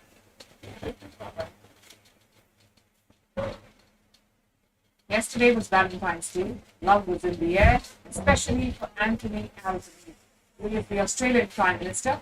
Yesterday, he took some time off from running a country and went on a romantic date. He proposed to his partner, Jodie Hayden. She said yes. Soon a selfie of the beaming couple was posted, the engagement was announced, and congratulations started pouring. Hi, Jodie, and I excited to meet you. It is such a joy to be able to share this news with people. And it's What did you say? Valentine is coming with a boyfriend. I'm like, wasn't right there. I just want to thank everybody for warm congratulations today, from our friends to our family, from people that we don't know. It's just been overwhelming but beautiful. What? Albanese has become the first Australian Prime Minister to get engaged while in office. And this is a big deal. You know when you say at night I get loopy? And politicians are like This is you getting loopy at night. Sure. Every move noticed, with forthright determination, every choice is debated to death, and private lives are public. What are you laughing So at? political leaders are expected to You sound like the guy with the glasses. That's what I'm talking about. See? You caught yourself. We saw this with François Hollande, former president of France, his alleged affair with Julie Guy, whom Hollande later married, left the nation gobsmacked for years. Spawned a video game parody in 2014 portraying Hollande as a lusty president. It was funny, no doubt, but terribly cringy. And bad for a leader's image in the eyes of his voters. Sometimes the problem surpasses national borders. A marital status can become a diplomatic struggle.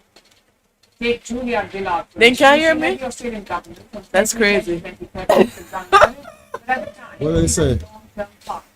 Russian! Relationship status often came from Sasha's so adorable. I am not adorable! When Gillard made an official visit to Indonesia in 2011, Jakarta delayed issuing.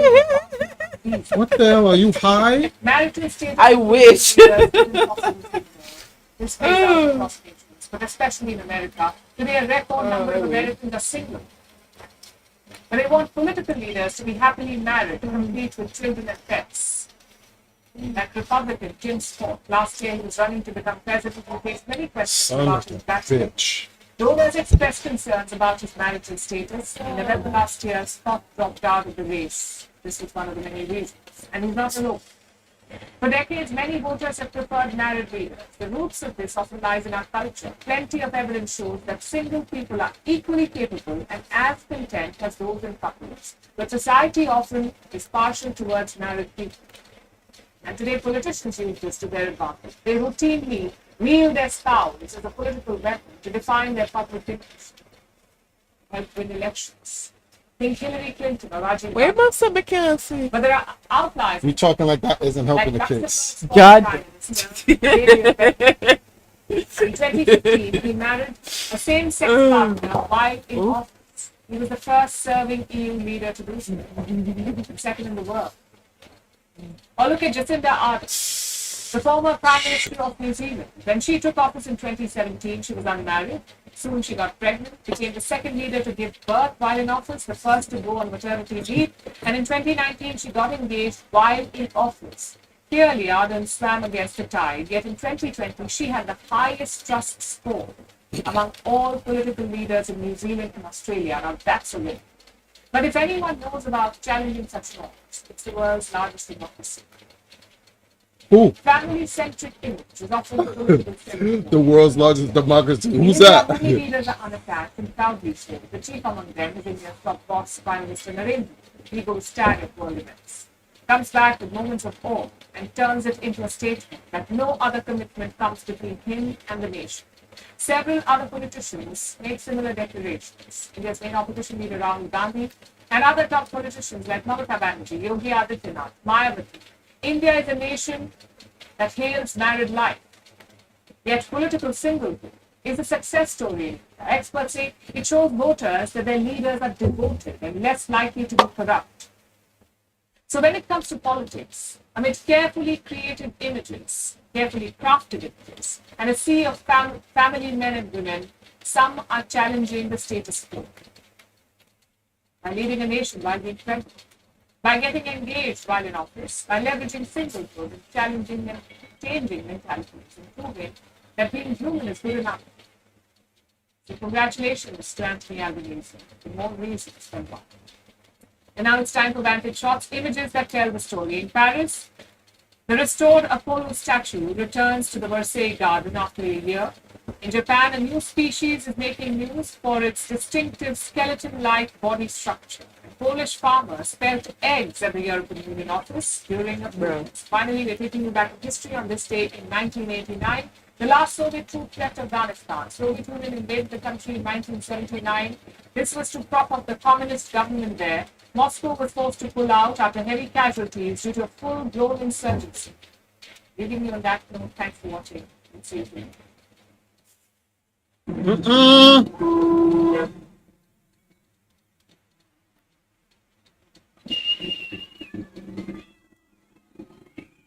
How did I fuck that up, guys? How did I fuck that up, guys?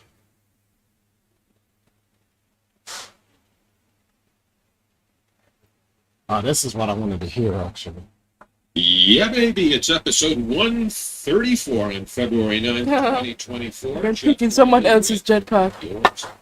Gonna peek inside a random's landing pad. Backstage as usual. How do you get to see that? Hello to everybody around the world. Out there, back here. Let's turn the camera angle. This is an episode that will be somewhat devoted to the Tucker policy. Uh-oh. Do not go in carnival, bro. I managed to coax Bob into writing an article about Close the guy. He just published it. I'm more like begged to. The name of it is Tucker Madness is Good for America. What is Tucker Madness as you are using that term? It was the insanity that surrounded I told you that interview is going to be interview of the century.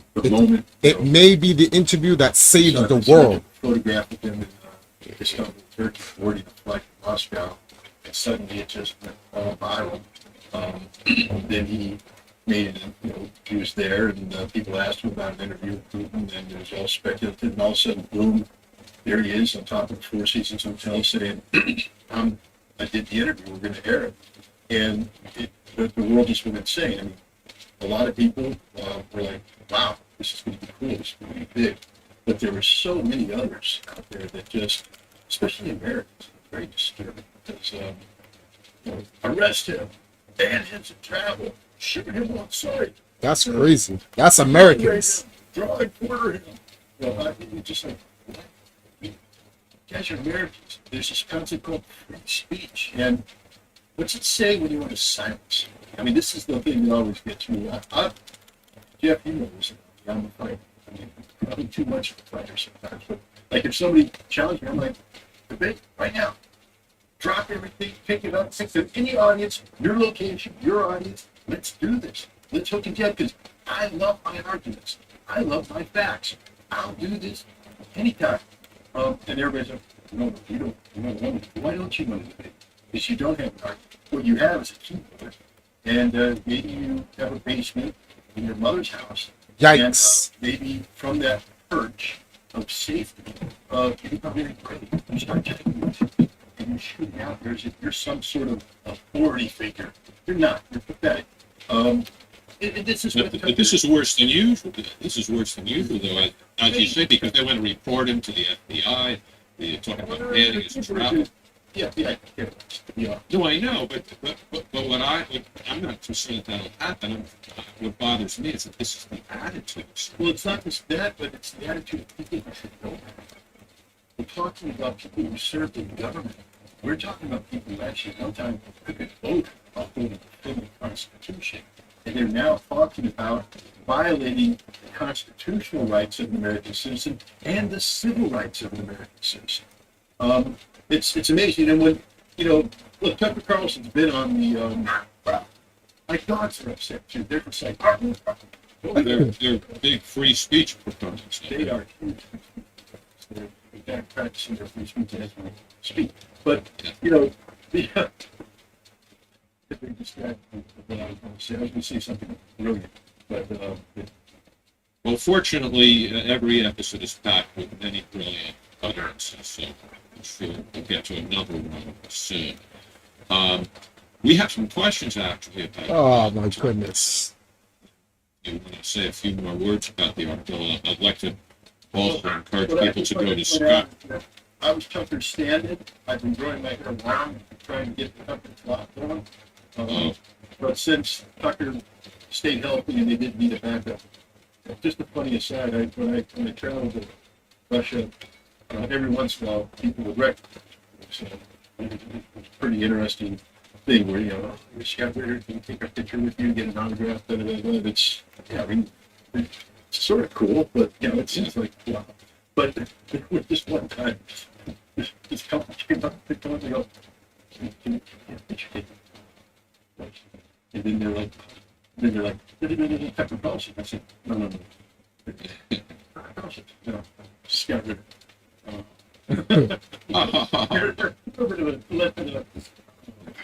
Okay, we really like Tucker Carlson. Could you tell them that they love Tucker Carlson? I mean, absolutely. Well, they love you too. They love you too. But you don't have the closest resemblance. I mean, you're both members of the human species. Other than that, I don't know why anybody would mistake us. Scott is a Tucker fan with a hard draw that he's literally does nothing. So there's some history. So let's just knock that stuff out. Our Substack, and if you're not subscribing to it already, the question is, why the hell not? You can go and read this for free at scottritterextra.com. This is the article. Why don't we get to the questions, because then you'll have the opportunity to say some more about the interview. What? At least one or two, if not three, can't remember the questions. The Tucker Carlson interview with them. Also, I'm sorry, before we get to that, we're going to give away the T-shirt as we've been doing in recent episodes. Not the T-shirt, the coin. I told you, I'm sick. I'm not going into that. There are two coins. One was when Scott went to Russia last May, and there's another one or in January, and whoever wins the coin gets to pick which one they want. If you want to enter the drawing, just type in hashtag coin in the live chat. Hashtag coin, and we'll give it away. Keeson, near the end. what is a Substack? What is it? What is a First question Substack, is from Keson? Marina, what a beautiful name. In Krasnodar, Russia. Could you please comment on how Mr. Carlson's interview with Putin is different from the whole film that was shot by Oliver Stone about our president? However, it didn't affect American people much. What's so unique about this event? It's live. Marina, great question. The times they are changing, to quote some things. Whom, by the way, I was seeing a concert in Wilmington, North Carolina, in March, together with Jeff. But And I am very pleased that you accepted the invitation, but I must correct you, it's actually in Fayetteville. So there'll be about a 90 miles drive. yeah, but Fayetteville's where the Marines are. You may lose them. But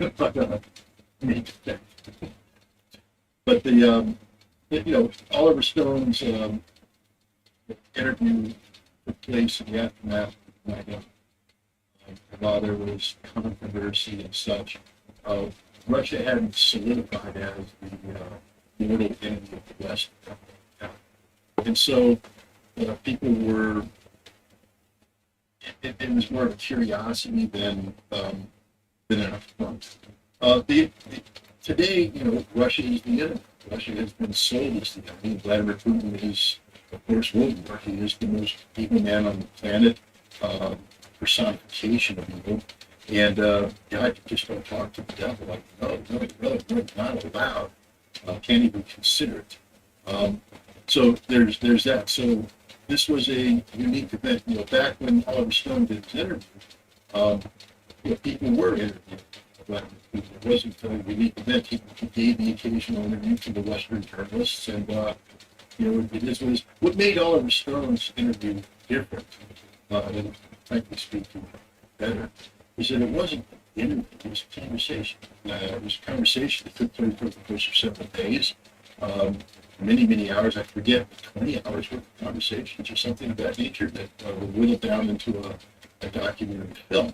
But and so it was a process designed to allow people to learn more about Vladimir Putin, and that means it's a process that requires people to think, and people don't think the thing, especially about topics that are uncommon. Most people, if I can tell you that if I'm in a mood to watch a movie, I'll pick a movie that I want to watch. I'm not going to pick a movie that's going to challenge me. I'm going to say, hey, I'm in the mood for this kind of movie. And then I go watch that kind of movie. If I'm in the mood for a romantic comedy, You've Got Mail, When Harry Met Sally, something like that. I'm not going to sit there and go, romantic comedy. Let me challenge myself. Kid moves this. No, that's not the way it's going to work. So, Vladimir Putin isn't everybody's cup of tea. So Oliver Stone did this interview that, if you take the time to watch it, it's very enlightening. I mean, in fact, what I would encourage people to do, if you haven't seen, or if you've only seen Tucker Carlson's interview once, let that, go watch Oliver Stone's interviews, see who Vladimir Putin is, then go back and watch Tucker Carlson's interview, and suddenly you'll have a whole new appreciation, because you're going to say, I know this guy. I know this Putin guy. I've seen many hours of him now, and I know him. And when he speaks, you're not going to sit there and go, oh my God, the guy doesn't tell you. You go, yep, that's exactly the answer I expected him to give. That's exactly the approach I wanted. I'm waiting for there it is, the body language. I'm waiting for it. I've seen it before. It's a whole different interview if you go and do that, because then you'll appreciate Vladimir Putin even more. But what made this one so special is it was forbidden food. I mean, this was, Oliver Stone's ones, it was intellectual work. You had to think when you saw that. You had to sit there and listen. Listening to Putin's not easy. And what I mean by that is the man is full of facts, and his facts are good, and he makes you think because he's saying the truth. He's not an American politician spoon-feeding crap that you want to hear. He's telling you the way it is. And sometimes the way it is challenges convention, challenges your preconceived notions. So it's a work. I call it a labor of love, but for some people, it's just hard work going through a Vladimir Putin interview because he's challenging, the norms that are out there. Well, frankly, I would say challenge the audience too much. I mean, you have a very deep interest in Russian history, but the average person doesn't. I have interest. What are you talking about?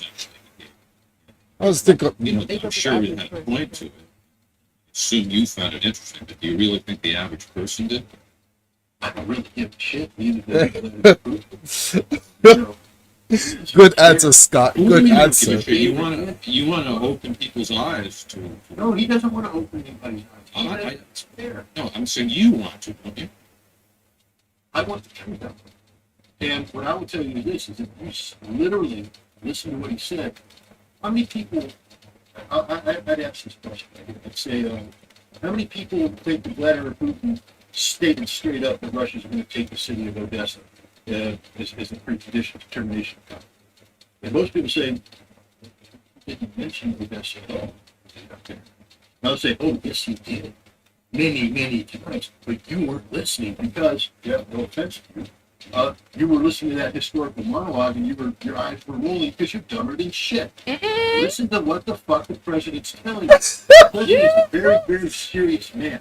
He doesn't waste words. I've been saying this all along. When he speaks, every word is picked very, very carefully. So it's your job as the listener to sit there and say, okay, the man is opening up, he's speaking. What is he saying? And throughout that interview, he came back to this multiple times. He said that the right bank of the Dnieper River could be considered Ukraine, but the left bank would always be Russia. Always be Russia. He made it out the way the history is formed. Going back to Chevy Moose talking about it. I think Jeff's not gonna let that rock.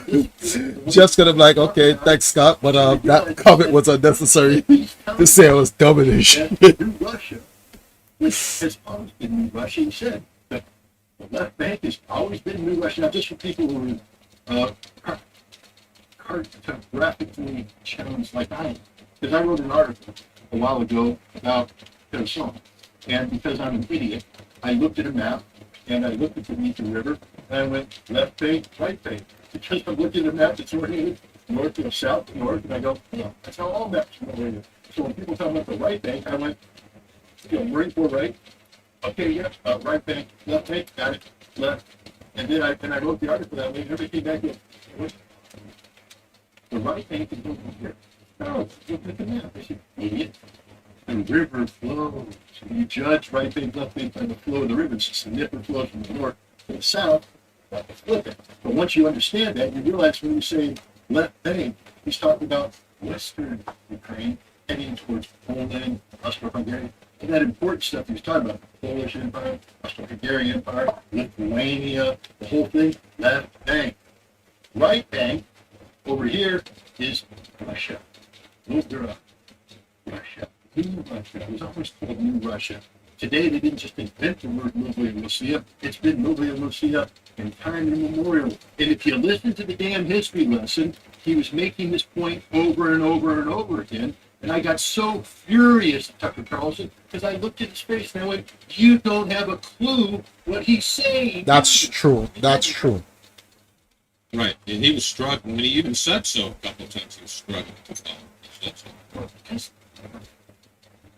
You did the president of Russia, and you did homework. You didn't sit there and say, how does he approach this thing? You didn't listen to the speeches he gave before he invaded. Why did you invade? Why don't you listen to the speech, Tucker? Listen to the speech he gave. He went throughout the history. You knew he was going to go history on you. You knew it. That's Vladimir Putin's M.O. So if you're going to interview Vladimir Putin, you should be prepared. Because when you did the interview, I was not lost.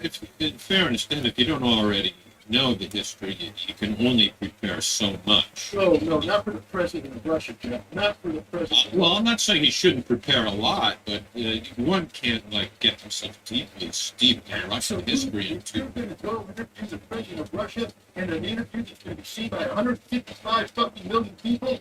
You better get every PhD in the world sitting down in front of you, educating you on Russia. He's If facts, you get facts. a job, you've taken, He's you put facts. the on, man. Scott's You going said, I crazy. want this. But it's I'm doing facts. this. You It's do it. facts. Don't go there unprepared. It's true. What's the fucking lifetime opportunity? He's right. This is not some random fucking statesman or whatever. There are three people in this world, the three most powerful men in the world. This side of the country is Genocide Joe, Xi Jinping, and Vladimir Putin. You get an interview with if Vladimir Putin. First of all, he put in his request to interview Putin 3 years ago. There's no way I put in a request to go interview Vladimir Putin, and the last 3 years I'm not listening to every single word this nigga said.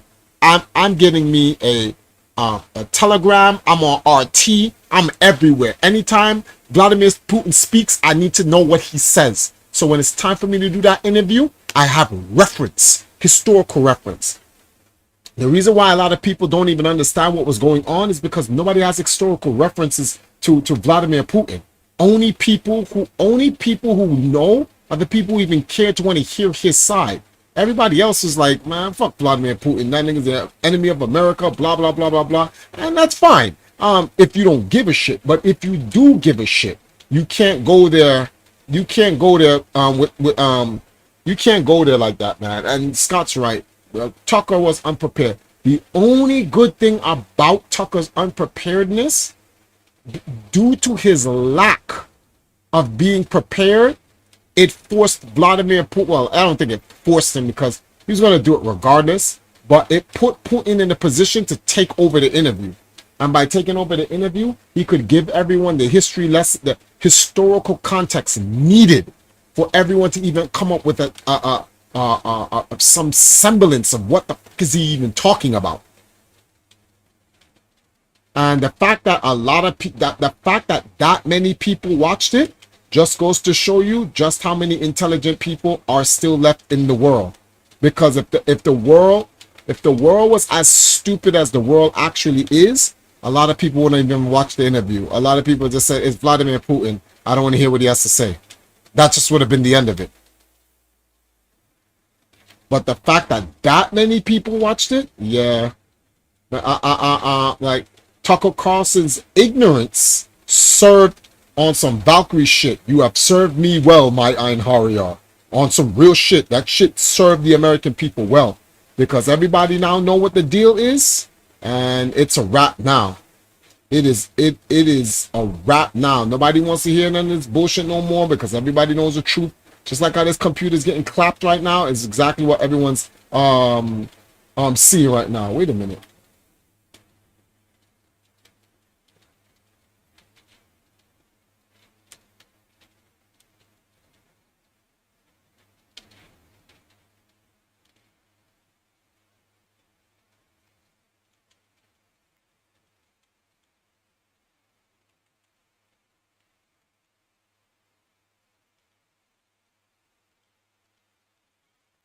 Your mother. Anyway. Tucker Carlson had. Now he pulled it off. Interviews in the can. It's there. People are talking about it. But it confused me if I take a little bit. I get a little angry because he had the biggest interview in fucking modern history, and he wasn't prepared. He didn't have PhD level knowledge. All he had to do was spend 3 fucking days with 2 PhDs talking about Russian history in relation to Vladimir Putin. At least he would have had notes done. Yep, I get it. I'm understanding this. I can ask an intelligent follow-on question. Tucker Carlson never asked a single intelligent follow-on question. Facts. One. Not one. Because he had no fucking clue what the president was telling him at all. Throughout the entire interview. Not once Tucker Carlson wrote anything like what we're Well, as long as you're saying it that absolutely about the entire interview, I think you're really talking about everything that was discussed about Russian history. But what about the segment when he was pressing Putin for about 7 minutes about Evan Gershkovich, the Wall Street Journal reporter? Gershkovich, the CIA spy. There's no debating this. And yet he said that young man. He didn't know any better. What the fuck? He went in. Yeah, he's 32. Yeah, it's 32, right? Whatever. And, you know, he's not a young man. He's an adult. We know the CIA has said we use journalists as fucking cover in denied areas where we need to get up to get information. At the time he was arrested, the number one problem facing the American intelligence service is when is Russia going to run out of caliber missiles? Go back in time. That was it. When they're going to run out, they're running out of missiles. They won't have many left.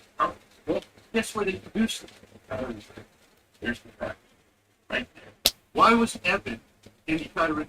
No, because he made contact with somebody who works at the factory and in conspiratorial fashion met with him covertly to receive a packet of classified information, and as soon as it passed through his fucking little dirty spy hands, they arrested him.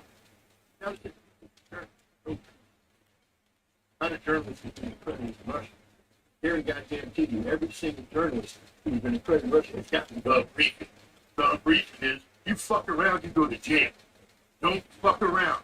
All right? Get your source, do all your stuff, but don't do anything stupid. Evidence.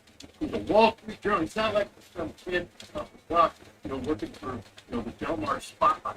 All right, I'm from the Del Mar Spotlight, and I'm here to get some information. No. First, he's in Russia. He's written many stories. He knows the lay of the land. He's received the briefing. He isn't a journalist, Jeff. He's a fucking spy. He's working for the CIA, and he got caught red-handed, and Tucker Carlson should have done his goddamn homework. Did you like the way Putin handled that 7-minute segment there? The way he handled that question? It's brilliant. He said he's a spy. He said he knows he's a spy. And again, here's the thing about Vladimir Putin. Never once had he caught Vladimir Putin. One time. And he said, I would never eat Russian. No. Our Russian troops were only in Sevastopol. They only did this. We never sent them in. Later on, he went, yeah, we put Russian troops in there. That's what we do. Okay, so one time Vladimir Putin allowed himself to say something, but later on turned out to be absolutely not false. But I don't like it. You know, it's just covert operations. But when Putin says something, this is why it's so important. You have to prepare for this interview. Every word matters. Notice when Putin's asked the question, he sat there and he talked. And he gave the answer. Every word matters. And so when Putin said, well, it looked like he was thinking, but can you, from where we were sitting watching it, can you tell the difference between whether he's thinking or Here comes a cursing. What the? Like Tucker Carlson, I've actually spent hours with Vladimir Putin answering the question. I studied with John. So yeah, I know the difference. I don't know how, because I know English, and if I was watching somebody who I was familiar with, I wouldn't necessarily be able to tell if they were thinking or if they were listening to translation. Watch the eyes, Jeff. Here's the difference between listening. Listen. Subtle difference where you're listening and bringing things. You can see the ear engage. I've been watching this guy forever. So, well, like I said, it did look like he was thinking. I know he was thinking. Vladimir Putin, okay? He thinks. He's not some goddamn throwaway American politician. He's been running that fucking country since 2000. 24 fucking years. You know what? All the Chinese were banned from China. I like how you keep saying that. I'm sure you didn't know what you're talking about. Vladimir Putin, you know, you saw right off the bat, he was pissed. He was pissed at Tucker. Because he stood there starting in his Tucker interview, found her out to see this conversation. Yikes. Yeah, I like that. He was frank. He was frank. And Tucker's like, well, no, I'm here for gotcha journalism. I'm here to ask the stupid American question and get the stupid American answer. I'm here to expound by it. I'm not here to think. Well, there is something in between those 2 points. He didn't do it, did he? What did he do? One example of a follow-on question. Informed follow-on question aspect of the So you weren't impressed with the interview itself, but I think the value is the effect of the interview. You feel that it believe everything I just said, and now we're going to talk about the fact that this interview took place. Because let's put it this way. Yeah, I'm a little I tell that to his face. I said, Tucker, you fucked up. But we wouldn't be having this conversation if Tucker didn't go to Moscow. We wouldn't be having any of this conversation if we didn't have the interview. What we have is 2 hours of Vladimir Putin opening himself up to a Western audience, being facts on challenging Tucker and challenging by default the audience watching and challenging the politicians, especially in America. And so this interview is going to be driving things for some time now. Marina and I were just at dinner. We saw it's 155 million views right now on X. 155 million views.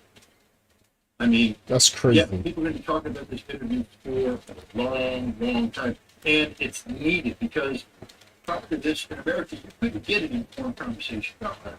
You couldn't get an informed conversation about Russia. There's Russophobia. I mean, about the only place you get something that qualifies as an informed conversation is here. Because you and I talk about Russia with the audience. But outside of that, with the mainstream media, they don't want to do it. They're compelled to do it now. And what's brilliant about it is they think by attacking Tucker, they're somehow minimizing this. There's 155 million people who saw this interview. And they're looking at the mainstream media going, y'all don't get it, do you? And they don't. Tucker changed the trajectory of the discussion in America and indeed the world. And for that, Tucker Carlson deserves huge credit. Nobody else could have pulled this off, to be honest. Let's say they gave me an interview.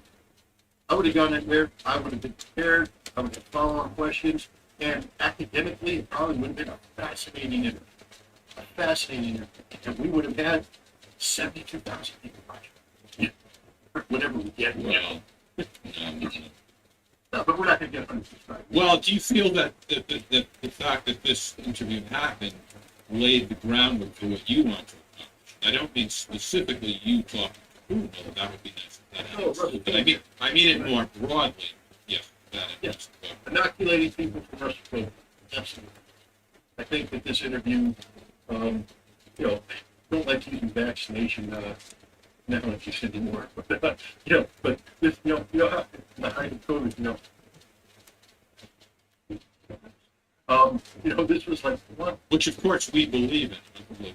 Did you ever see how I was just watching this yesterday, Jimmy Dore, whenever that subject comes up, he starts sarcastically saying how much he believes in efficacy. I'm a huge fan of vaccination. Yes. I mean, me too. I myself, I've received it almost killed me this time. Almost killed me. Really almost killed me. And the police put me in the grave. Fortunately, Marina heard the bell ring and she dug my body up and took me out. But vaccination. Yo, Scott is wild, bro. All right, moving on. Scott is wild. Michigan. What do you think the deep state and the media can and will do to suppress and spin the Putin interview with Tucker Carlson? They can't do shit about it. I mean, I think somebody's already said that YouTube is already taken the interview down.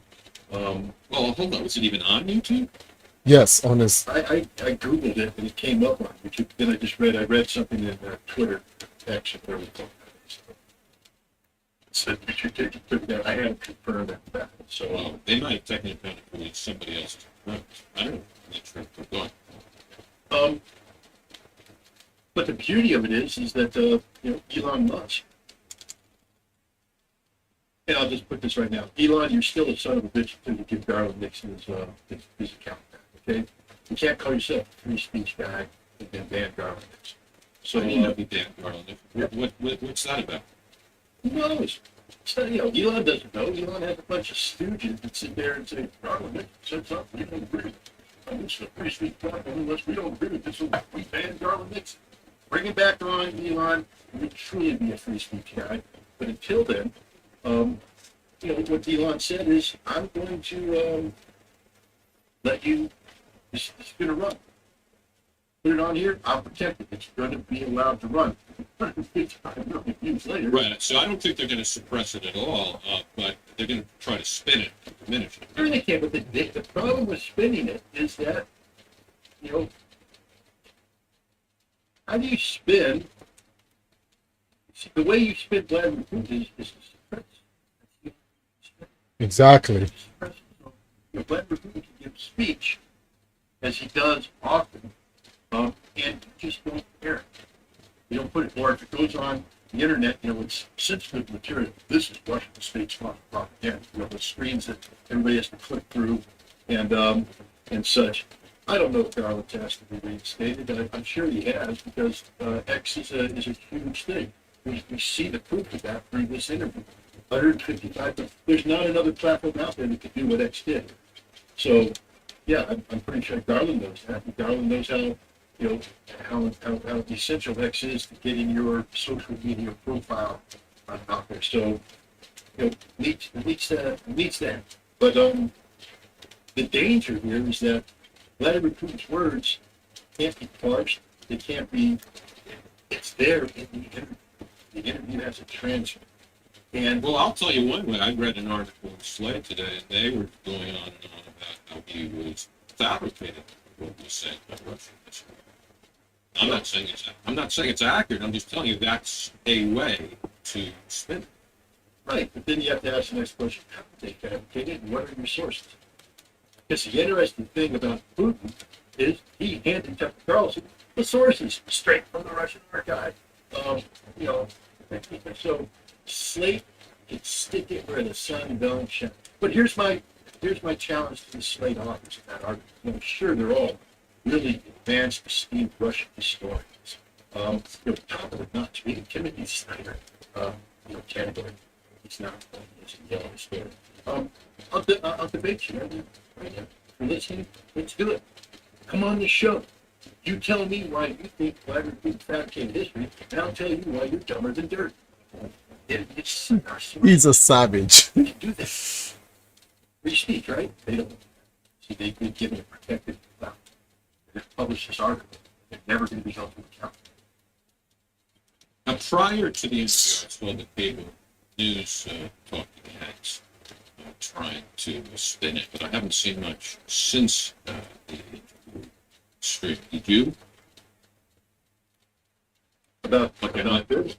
Yeah. You heard, like, for example, have you seen this video of Aaron Zelensky? There was one video of not Aaron Zelensky. Aaron Burnett. Well, she is there, Zelensky, because she apparently married him, because they looked at each other. I mean, it was. You saw that one? I got that one active. But there's another one where she's like, ranting about how terrible it is that Carlson's going to do it. Right, I think that's why. Putin, but then she went there and she had sought for him. I can't take anything like that. He likes quiet moments. And this is like one of those personal acts. Long walks on the beach, Chardonnay. ACDC. But I bet if I had played that first, you would have been a lot less harsh towards Tucker Carlson. No, I would be harsh because she had something like that. But that's okay. Fumble it forward and something about the end zone. So, different. But somebody's commenting on the music. Now, to be fair, I'm sure whoever made this video added the music. I'm sure that it was made. Yeah. But nonetheless, the rest of it, there was no doctrine of what they actually said. No, but she said to go. He's going to have a love affair with West. After that, good stuff. He likes ACDC. He's like you, Scott. He's a rocker. What a cool guy. What, Zelensky? Yeah. Yeah, I tell you what, I reimagined. He could get Aaron Burnett all hot and bothered. He's obviously. Yeah. Thanks to Ryan for he's the one who called my attention to that video. Let's take a phone call, Scott. Hi there. If you'd be kind enough to lower the volume on your device, you're on with Scott. Hello, Scott. I would like to do just a tiny bit of math. The Vietnam War was 50,000 people killed over a period of 10 years for a country which was twice as populated as Russia. So basically, it means that Russia is paying 10 times the price that America paid for the Vietnam War, if you adjust for the population. Now, you say, very rightfully, that Putin claims that east of the Dnieper is Russia, but he didn't say that west of the Dnieper was not Russia.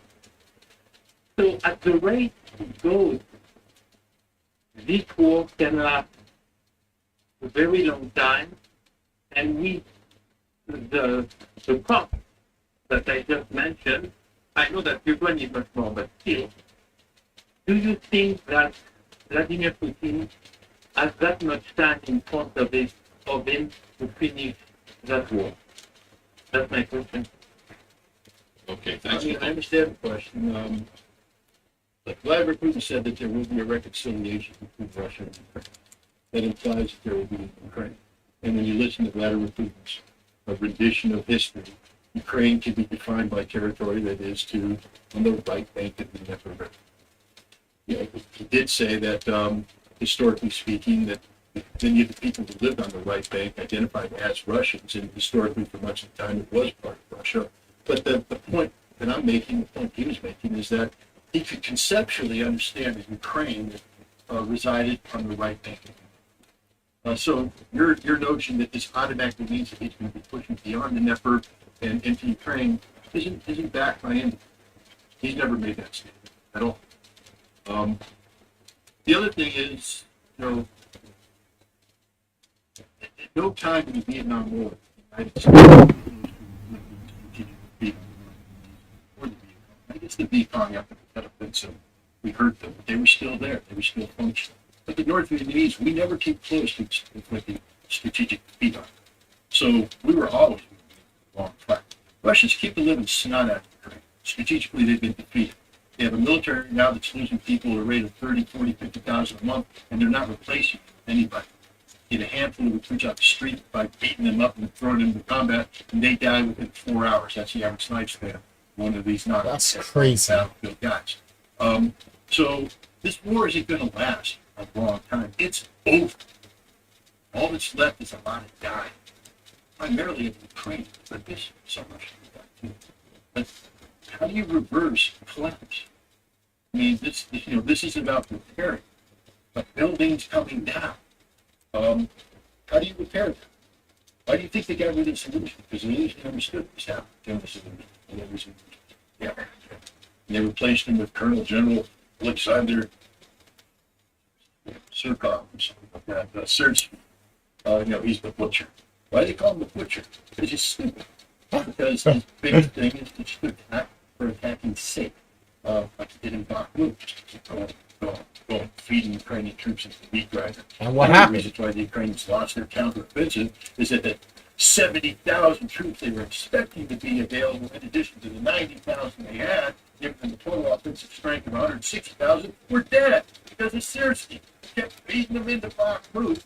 Those Russians going, we don't know what to do in this process. We can pull back, create a defensive line, let the Russians attack us.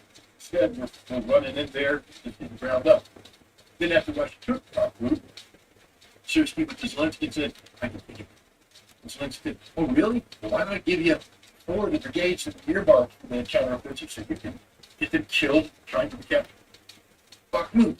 And he did. It's called the Butcher because he's stupid. And now he's the commander. And what's the first thing he did as commander? As the Russians are in the process of taking Adviivka, he went, we're going to launch a counterattack. We're going to take our best formations that's left of them, and we're going to send them in a counterattack. Okay, and that's it. They got nothing to replace it. There's no hidden tank army. There's no secret force of Ukrainian soldiers freshly trained, equipped by NATO, ready to go. They're all dead. So, the solution is like we have to find a way to get 500,000 guys right now. Yeah. This war is over. There's 880,000 Ukrainian soldiers out there. That's a lot of killing that's left to be done. But it's over because they can't replace their losses. Every month, in October, the kill ratio was 1 to 7, according to Russians on the front lines. That'd be a battle. By December, January, 1 to 10. Today, 1 to 20. So for every Russian that's killed, they're killing 20 Ukrainians. It's unsustainable, guys. Ukraine doesn't have the artillery ammunition, which means Russia now is not just overwhelming them with single shots. They can do what they haven't been able to do since the beginning of the war. Mass artillery fire. You see Ukraine mass artillery fire. Or because the Ukrainians had some 155 millimeter L2 caliber long range artillery that they could pop rounds off and bam, bam, bam, kill those Russian artillery. You see, Russians had to scatter their artillery, now engage in a very complicated, drawn out counter battery scheme to take out the Ukrainian artillery before they could then come in and do their artillery. So it made battles last longer. The outcome was the same. Russia wins. But it took a long time and the price was higher. Now they don't have the ammunition. So Russia's now mass artillery, blow the living crap out of everything. So what did the Ukrainians do? Oh, we're going to respond by drones. We're going to come in with these FPV drones. You've seen the videos. I mean, scary crap. I have to tell you, when I was driving through Zaporizhia, we got within range of the front, and the whole thing was, it was raining. Because it was raining harder. You can't do drones. Those drones to fly. You don't want to be on the highway. One of those drones locks in. That's going to be a bad day. And the Ukrainians were putting a lot of these drones out there, and a lot of Russians were having bad days. But then the Russians went, okay, how do these drones operate? Well, there's a drone operator. Okay, how does it communicate? Well, there's antennas. They identify the footprint, the signal, and they started putting their electronic warfare out there. And they'd say, oh, they're flying a drone. Got it? Boom! Kill the drone operator. Deadliest job right now in the Ukrainian army is being a drone operator. It's a suicide. If you go out there, you operate the drone, you're going to die. So now the Ukrainians have nothing. You have no drone. Just chunk, like not chunk, blown it up, not just the IDF, but everywhere. Advancing. The Ukrainians got nothing to stop it. War's over. So, no, this war isn't going to go on for a long time. It's not going to be the Russian Vietnam. Ukraine has lost its war, so has the West. Remember NATO, its existential struggle, we can't allow Russian war. You allowing Russia. Russia's winning. You're not allowing anything. They're kicking your ass. No, it's over. It's going to be over this year. I have many military commanders telling that you're going to see some major things happen by May, by the end of the summer. There isn't going to be anything left. All right, guys. I just want to do a solid 2 hours tonight while working on the background, getting a little bit of game time in. I got to get up early in the morning. Got some shit we got to do. Oh, boy. This is going to be a long 48 hours. We have a TV shoot to do on Saturday. Tomorrow, I have to go over with my wife, I guess, after she does her hair. I have to go over her with this. What time is it? 2:16? Let me see something. 3 to 4, 4 to 5, 5 to 6, 6, 7, 7 to 8, 8 to 9, 9 to 10. We could probably get up and drop off at the bank early. So, yeah, I gotta go over the script with my wife about what defining forever summer and all that other stuff. And preparing for Saturday.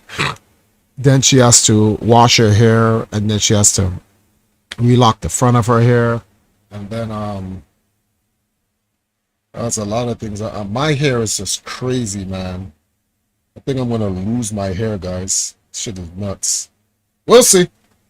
Either way, yeah.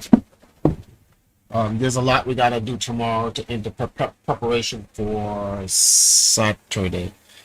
And we're gonna get some sleep now. So thanks, guys, for joining us. How many people was in there this entire time listening to World News? 6 centers in there watching. A Substack. I'm not familiar with that. All right, thanks, Keith-san. I guess I'll have to look it up. But yeah, thanks, guys, for joining us and whatnot. See you guys tomorrow. I will not be streaming Friday night because we have to get sleep, because we have to get up early and head over to the site location early in the morning. But I will definitely be streaming Saturday evening when I get back. Anyway, thanks, guys. I really appreciate it. Check you guys later. Peace.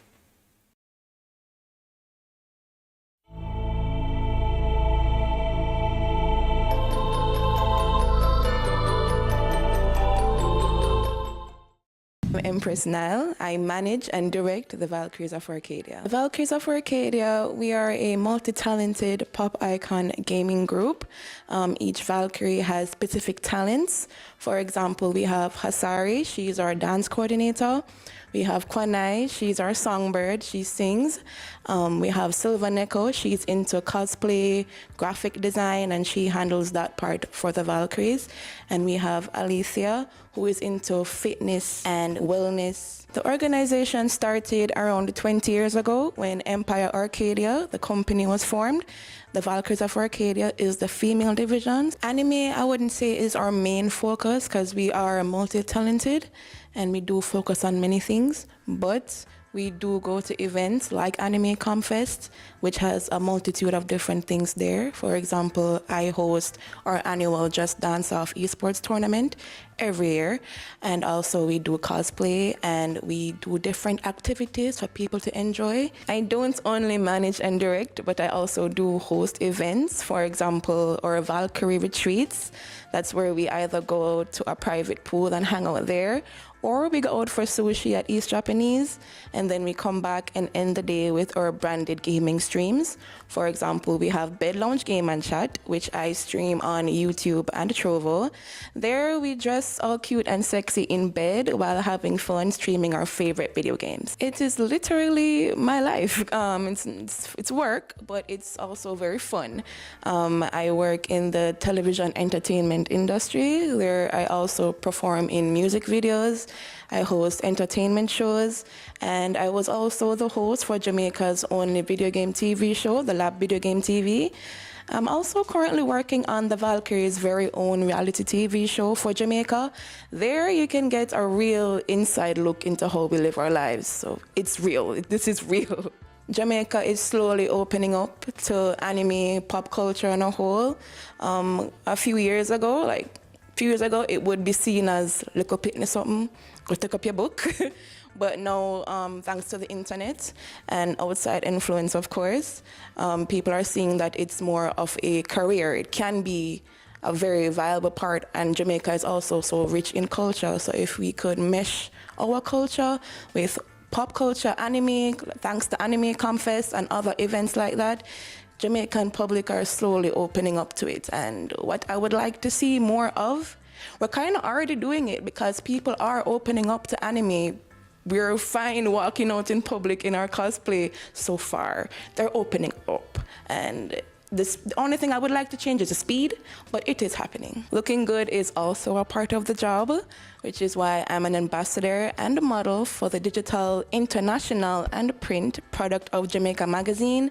Yeah, we even got our own exclusive magazine. You can find me pretty much everywhere on YouTube, Twitter, Instagram, all the socials at Empress Nile. That's EMPR3SS Nile.